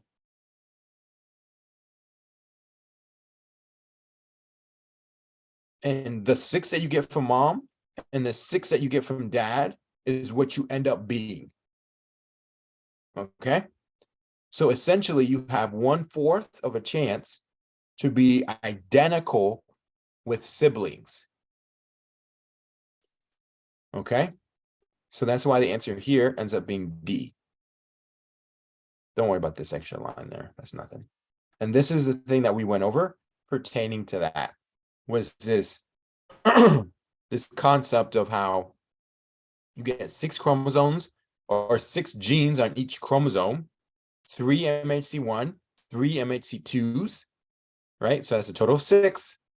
And you are given them 1 chromosome with all 6. So all 6 you get at one time. Okay. From mom and from dad. So like we said, 25% is identical. All right. So that's all the questions. I know there's this. There's this I wanted to talk about. We discussed last time how you guys are talking about having extra time anyways. So if you want, we can just plow through this now. And then when we meet up on Thursday, we'll just talk about the other stuff that we're not really behind on anymore. So here is the T cell tissue function stuff. Here, before we do that, do you guys need a break before we keep going to finish this stuff off? This is probably going to only take me about 20 minutes to finish off. Do you guys need a break or not? Yeah, we can take 5 minutes, and then we'll just take like 20 minutes to finish off the rest of the stuff, and then we'll be done. Okay. I know today's been a long day, especially if you did that other thing. That was before me.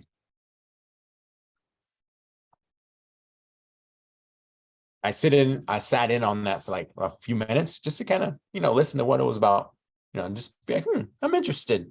And to also support a fellow AUA student, It's always good. All right, guys. So we'll meet back at 7:05.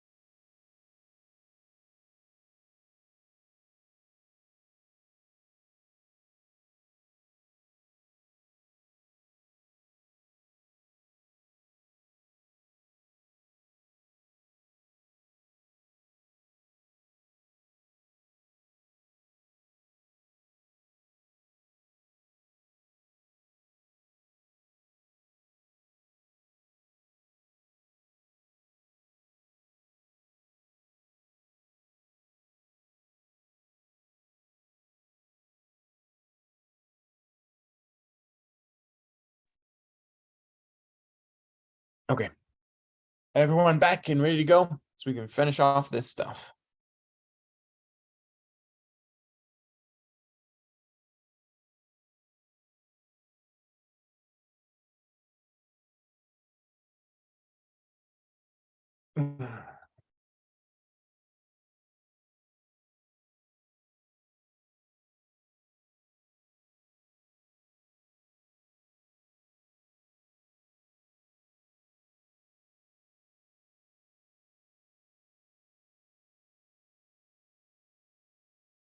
Okay.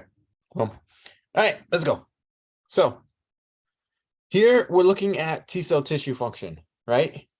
So all this stuff up here was the activation of T cells. We talked about activating of B cells, right? So now we're just focusing on after they've been activated, right? And they've moved to the tissues. What do they do functionally wise? Okay. So already you should be able now to tell me what CD4 cells do. What do CD4 cells do?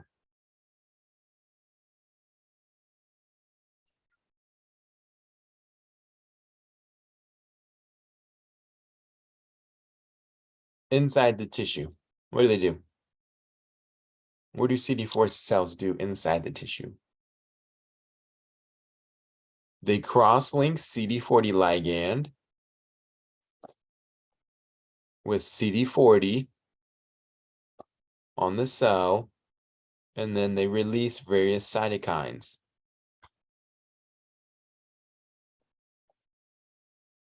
Okay, now in the tissue, depending on where you're at, it could be switching if it's inside of the lymph node, or it could just be activation of macrophages if you're inside the skin or intestines or the everywhere else outside of the lymph node. Okay, so now when we look at this, we're looking at CD4 positive helper cell. Okay, and this is specifically a Th1 cell. Okay, now here it's showing that we've activated T cells. So these guys are the activated T cells, like we said earlier. They're presenting themselves inside the tissues. Okay, and they're releasing interferon gamma with the assistance of CD40 ligand. So what ends up happening here is this. Here's our T helper cell. We have our T helper cell receptor, as well as our macrophage that is presenting an MHC class 2 with the specified antigen. Right? Okay, so this is the first thing that happens. They come together, they match together, and they're like, oh, you have the antigen that I'm looking for, that I was activated from in the lymph node. I'm now here in the tissue to help you, macrophage, do your job. Okay? Now, I need to know, first of all, are you activated? That's what B7 is about. Binding to CD28. Oh, you're activated cell. Because you got to think of it like this. If you have various MHC molecules that have antigen presented on them, right? But they're not activated. So they do not have B7. This is gone. Then to the helper T cell, it's like, oh, there's no infection going on here. You are presenting this antigen, yes, but there's no inflammation here. So there's no need for me to release my products. Does that make sense? All right, perfect. Now, it binds to B7 and it's like, oh, okay, there is an active infection here. There is an active inflammation going on here. So I need to do my job. So I present and bind now to your CD40 with CD40 ligand. So then the macrophage then releases certain cytokines to the Th1 to stimulate the Th1 cell, this activated Th1 cell, to release its cytokines, being interferon gamma and IL-2, because now it's at the site where it needs to be. Okay?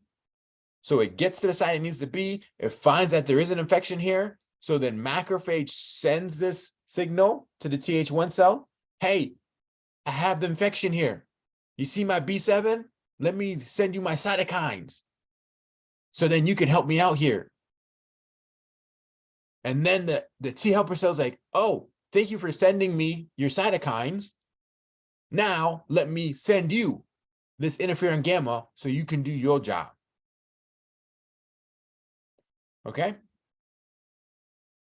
So that's how it works with macrophages and inflammation with the active infection. Okay? However, like we've said earlier, right? The immune system is a lot of positive loops, not many negative feedback loops, right?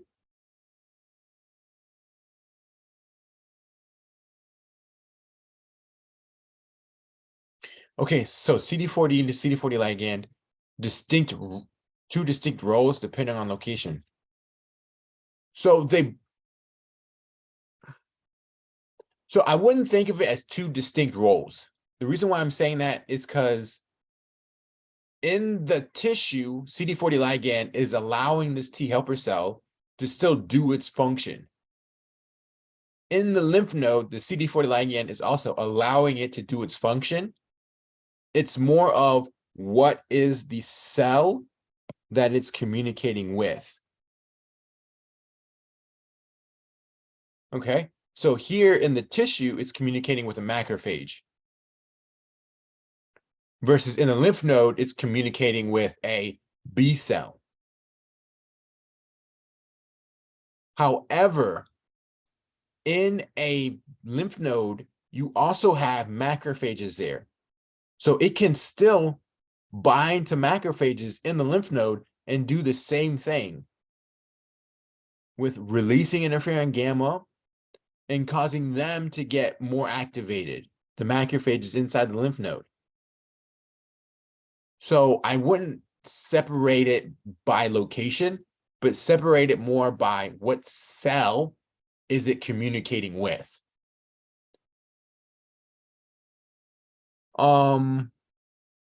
So in the tissue, proliferation of macrophages, yes, you do have that in the tissues.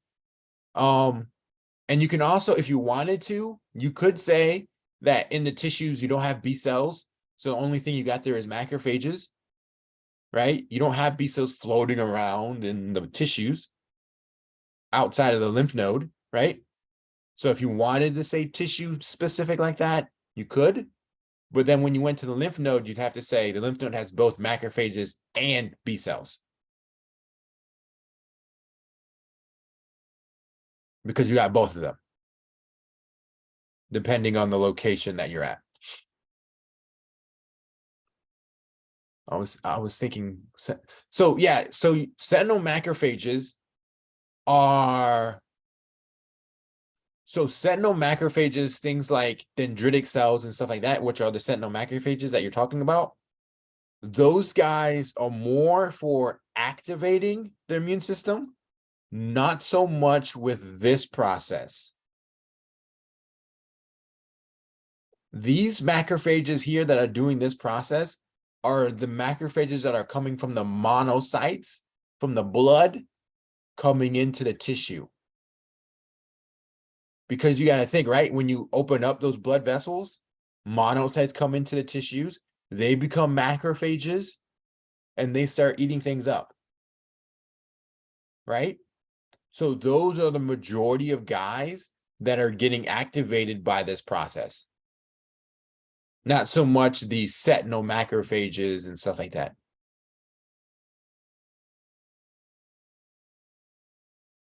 Okay. Good. All right, good. So CD40 ligand binds to CD40, which then allows it to have this communication. So this other negative feedback loop that you do have to remember, because there's only really two negative feedback loops here. One was with the Treg cells, releasing IL-10, decreasing inflammation, right? And then this guy, CTLA4. What CTLA4 does is this. Over time, this inflammation will continue because positive feedback. But CTLA4 can bind to B7. And CTLA4 does not send a signal into the helper T cell. So it's almost like telling the helper T cell, hey, there's no infection here anymore, because it loses the B7 to CD28 interaction. Okay? And that's exactly what ends up happening over time, is this guy will switch with the CD28 and will now be CTLA4. This interaction here turns off the helper T cell. So it's no longer going to have an immune response. Okay? So this is the second guy that's a negative feedback guy. First guy, IL-10, TGF-beta, Treg cells. Second guy, CTLA4 binding to B7. Okay? Now, this is also a really big way we can use drugs now. So TGF-beta is an anti-inflammatory drug that we can use to hamper down inflammation. We use that in things like multiple sclerosis. Okay? Here, we can use this same mentality at the tissues with CTLA4. Okay? What ends up happening is this. CTLA4 ends up binding to B7, so you stop inflammation. So things like rheumatoid arthritis, which has a lot of inflammation, this is perfect for that. Okay? Yes, perfect. Immunotherapy. And you'll see that while we're moving on. Okay? Now, here is how CD8 cells use. CD8 cells mainly undergo the porphyrin and granzyme pathway. So in Med1, you guys talked about apoptosis. And you talked about the different ways apoptosis occurred. You talked about intrinsic apoptosis. You talked about extrinsic apoptosis. This is the extrinsic apoptosis. Okay, is the CD8 positive cells. They bind to fast ligands, right? So here's the fast receptor. And this is the fast ligand. Now, there's something very unique about the fast receptor. Can anyone tell me, what does this fast receptor have? This is in the apoptosis lecture. I'm merging them together real quick. Do you guys remember this thing called a death domain? Yes, perfect. That's exactly what ends up getting activated, which then activates, yes, the caspases. Okay, these caspases then cause apoptosis. Okay, so this is that tie-in back with Med1 material. With CD8 positive cells, which you're now learning about. Now, the other way that you can undergo the same process, it's via granzymes and porphyrins. Granzymes and porphyrins, what they essentially do is this. They pop holes in the cell. And after popping holes in the cell, they activate caspases in the cell. So they undergo apoptosis. Here's the big thing. If CD8 positive cells are in the tissue, you get apoptosis, not necrosis.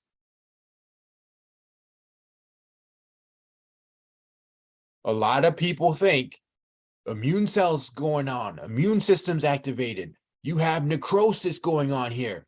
No, stop. This is CD8 positive cells. They cause apoptosis, not necrosis. Okay?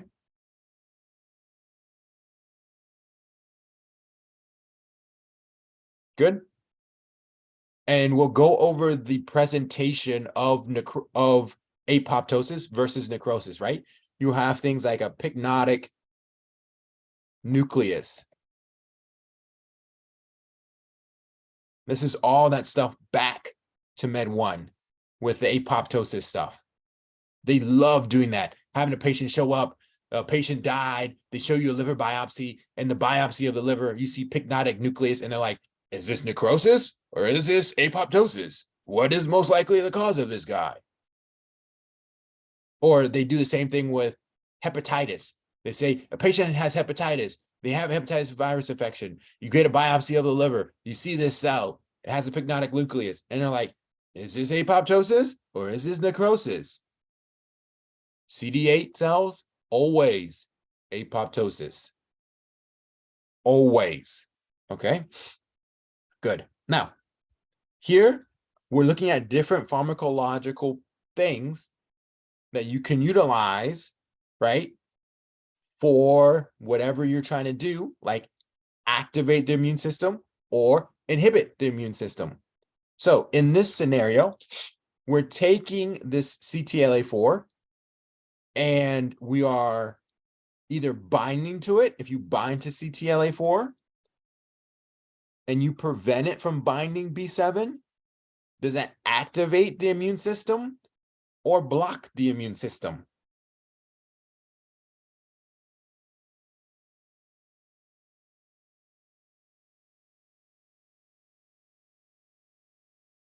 So if you had an antibody that prevented CTLA4 from binding to B7,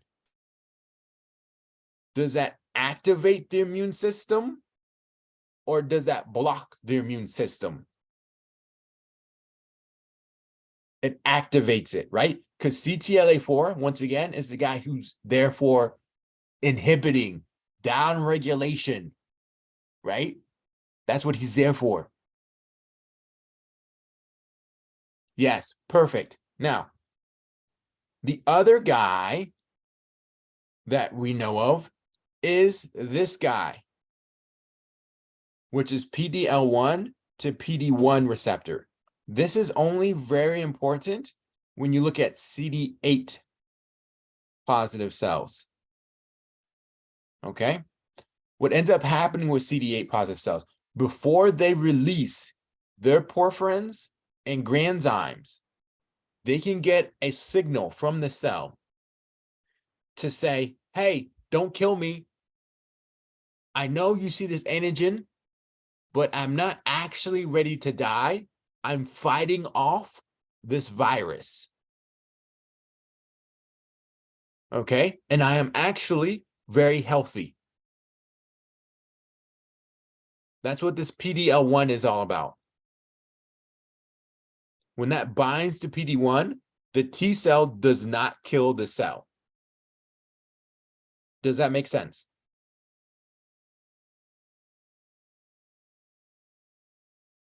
Yeah, exactly. It's a huge war zone in the body. A lot of things are going on when it comes to the immune system.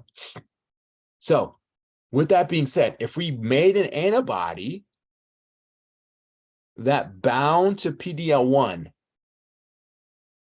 is this activating the immune system or is this inhibiting the immune system?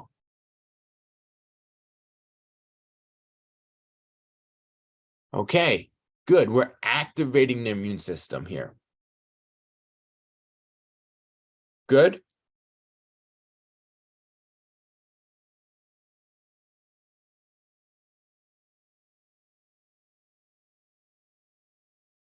So if we take an antibody that binds to PD-L1, okay, I'm wondering, is this going to activate CD8 cells to kill or stop them from killing?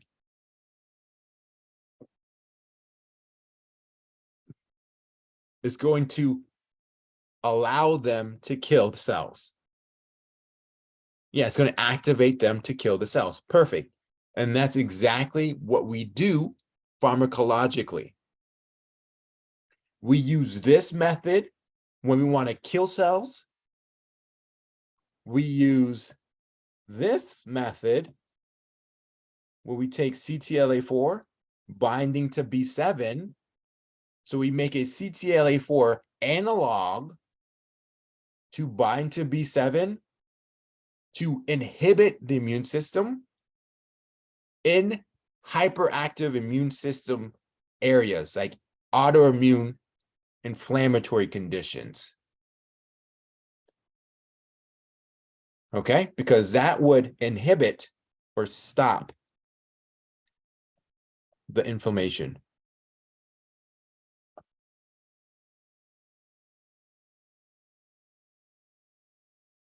Okay. And this is a complex concept, but it is very important. These are the regulators of the immune system. Okay, so now, last thing, B cells. B cells, we already know that B cells become plasma cells. Plasma cells are the effector cells that produce antibodies. Okay, however, memory B cells are the guys that are there whenever you get re-exposed to the antigen. These memory B cells are always IgG, IgA, or IgE, never IgM. They're never IgM because you never have a memory cell from IgM because all the IgM cells become plasma cells and they die. So then the memory cells are only these guys, which are a result of isotype switching.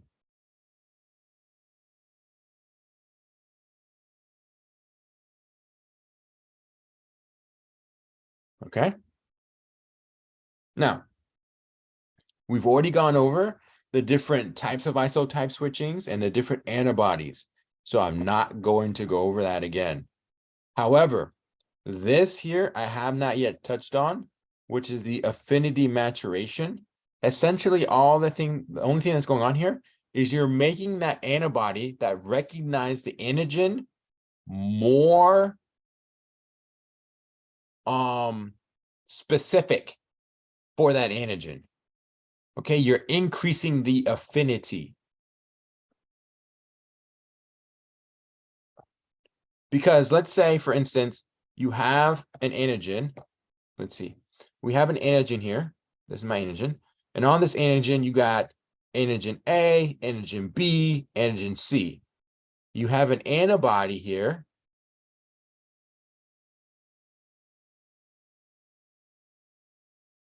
right?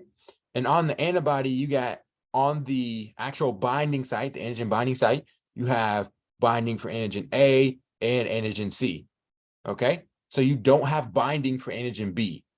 This can still find the antigen because it can bind to A and C. After it undergoes maturation, it will then present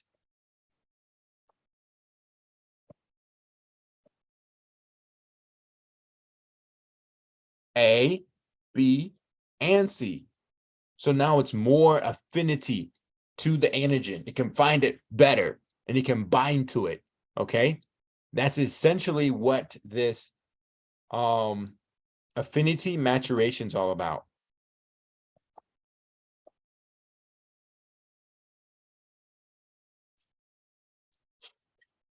It's not really due to exposure because this is still within the first exposure.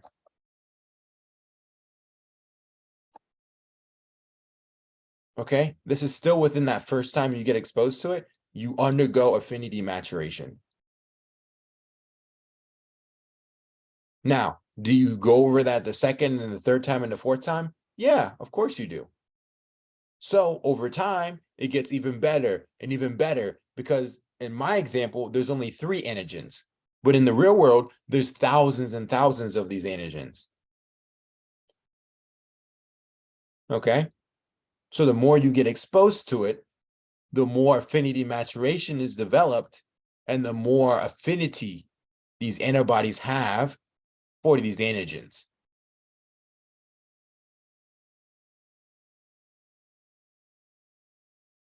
Does that make sense?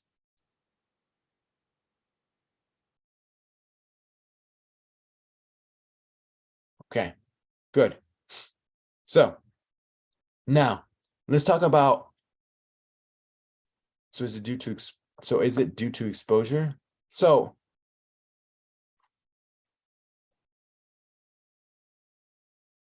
no, it's fine. I'm happy that you're trying to clarify. So essentially affinity maturation is this. Whenever you get sick for the first time, right? You produce IgM. Okay? The B cells that are still remaining inside that germinal center, they start to undergo isotype switching. They start undergoing affinity maturation. So the isotype switching is just changing the class, right? The affinity maturation is whenever this antibody that originally bound to this antigen very weakly with low affinity starts to undergo point mutations to increase the affinity of the antibody and the antigen. Okay? Now, these point mutations of the antibody allows it to bind more stronger to it. And those point mutations, you will then increase more and more point mutations the more times you get exposed. So the first time you undergo affinity maturation, you undergo point mutations, it increases the affinity a little bit. Second time you get exposed, you undergo affinity maturation, it increases the affinity even more now, undergoes more point mutations, so it's even more affinity. Eventually, it's going to get to a point that you're at 100% affinity and there's no more increase in affinity if you keep getting more and more exposed to it. But that's exactly what's going on, okay? So that means at the very beginning of an infection versus the very end of the infection, where do you have the highest affinity for the antigen? Yes, at the end. Perfect. And that's exactly how that works. And then we can even say, okay, you have 2 infections of the same bug. Infection A, infection B. Where would you have highest affinity for the antigen? In infection A or in infection B? Yes, in infection B, because you still undergo affinity maturation even in the second infection to increase it more. So it's like a double layer, right? It's going on in the actual infection and in the next infection if you get it.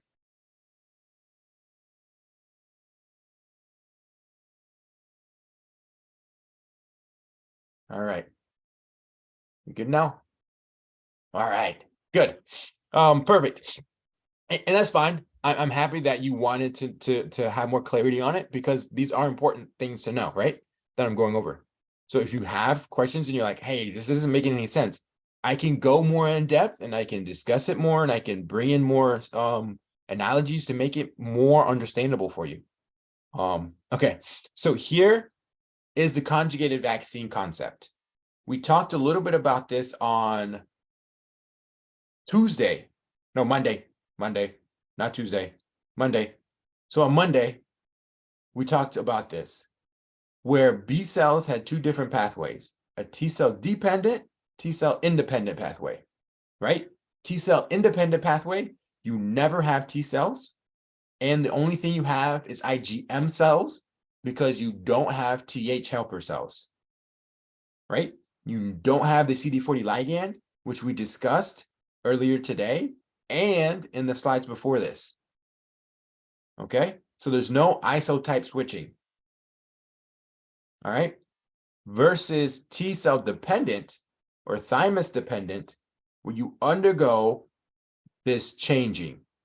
So how do we now take a polysaccharide that is present on a bacteria that only undergoes T cell independent pathway and make it T cell dependent? We tag it with a protein. When we tag it with a protein, we activate T helper cells.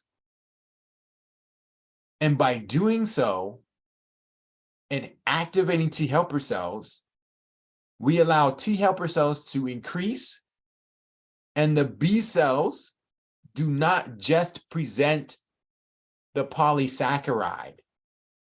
They also present the protein. So that means you get interaction between the two. You get interaction of the B cells that have the polysaccharide as well as the protein. So they're able to stimulate B cells to become IgM, right? Because the polysaccharide's there. And at the same time, the protein portion that's attached to the B cell is activating a T helper cell to produce CD40 ligand, releasing interleukins, and causing the B cells to now switch with the polysaccharides, the ones that are recognizing polysaccharides, into IgG, IgM, or not IgM, IgA, and IgE, and become memory cells. This is how conjugated vaccines work. Big concept. You can see how there's a star here. I could throw in 10,000 other stars on this concept as well. This is a big concept. Okay? This has saved thousands upon thousands of babies. Okay? Now, the toxoid or the protein that we end up using a majority of the time is tetanus. Because we don't just use a random protein. Because why do that? It's better if you tag on something that's also very dangerous to us, which is tetanus. Okay? But that's what that's all about. Now, here is that scenario I was talking about with CD40 ligand. When you don't have it, you can't activate B cells. They don't become the isotype switching. So as a result, you do not have IgA, IgG, and IgE. You only have IgM. As a result, also, you don't present with germinal centers because that's where isotype switching occurs. So if you don't have isotype switching, why are you going to have a germinal center? Right? So that's how these guys present. Okay, now this is the last bit here that has to deal with, I want to say this last bit, no, second to third last bit. But essentially what's going on here is that as you get repetitive infections, right, IgG increases.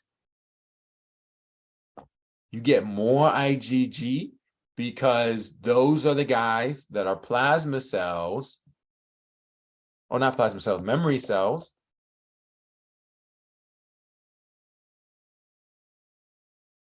Right? And this IgG could also be the other guys, IgA, IgE, right? All those guys also play a part in this.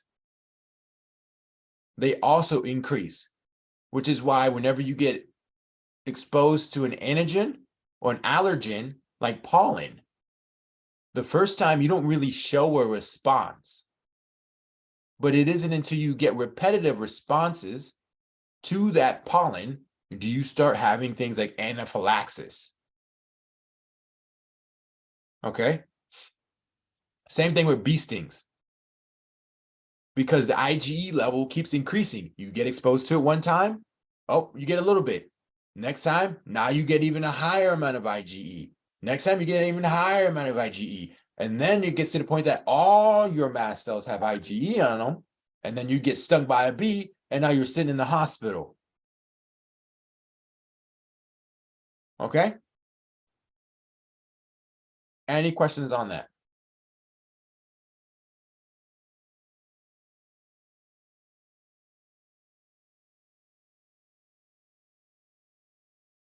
I'm going to assume no.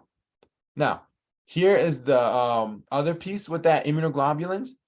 As a baby, right, you don't have as many immunoglobulins as an adult. It just makes sense. An adult has more memory cells, has more plasma cells, has more exposure to antigens. So it only makes sense for them to have more immunoglobulins in you as well. Now, the ratio is the biggie. The ratio is IgA is the lowest. This is why we encourage moms to breastfeed. The IgA level in a baby is 20% of what it should be. That's why they get so many respiratory infections. They get so many GI infections because of no IgA. Okay? By breastfeeding, they get the IgA from the mom and they minimize the respiratory infections. They minimize the GI infections. They minimize otitis media or ear infections because of that IgA they're getting from their mom. Okay? Good. Now, this piece here is how antibodies now interact with your immune system outside of just binding to antigens, right? Because so far, all I've said is that antibodies get produced and these antibodies bind antigens. How the heck does that cause you to not have an infection now? So what ends up happening is this. Antibodies bind to these antigens on various things. It could be target cells. This could here be a virus-infected cell. Okay. This could be a bacteria. Okay. This could be a parasite. Any of them. Antibodies bind to them. And when antibodies bind to them, on the other side of the antibody, they have the FC region.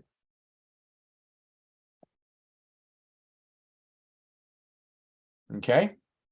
Now, this FC region we talked about when we did the first lecture class. This FC region binds to what? CD marker.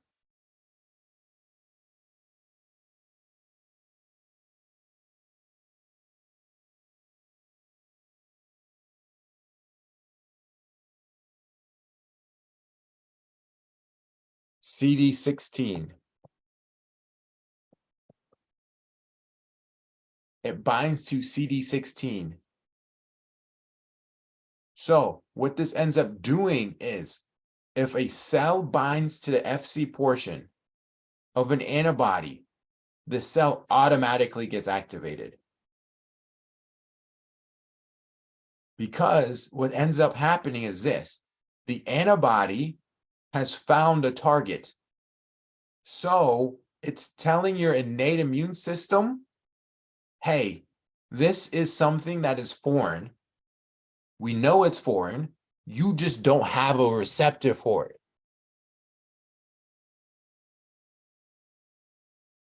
Okay? That's essentially what this is saying.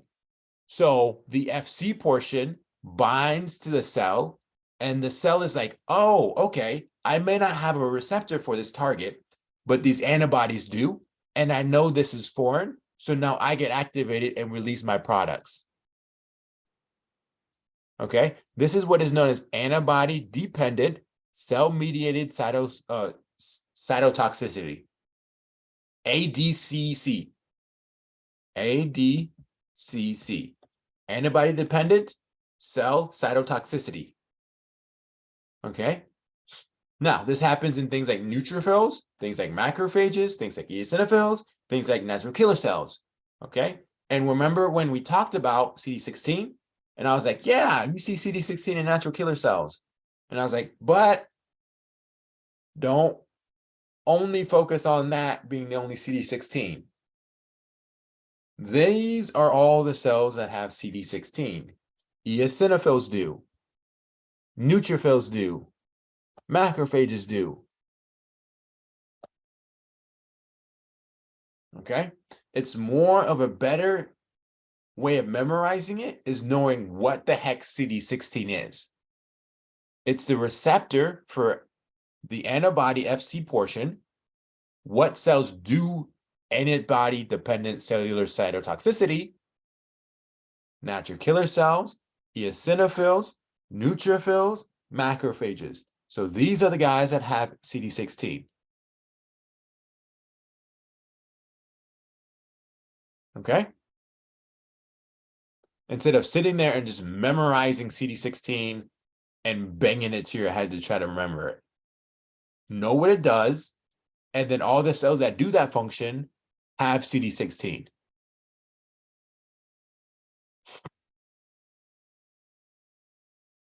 All right. That's it. So that, in a nutshell, is the T cell, the B cell, activation, the function.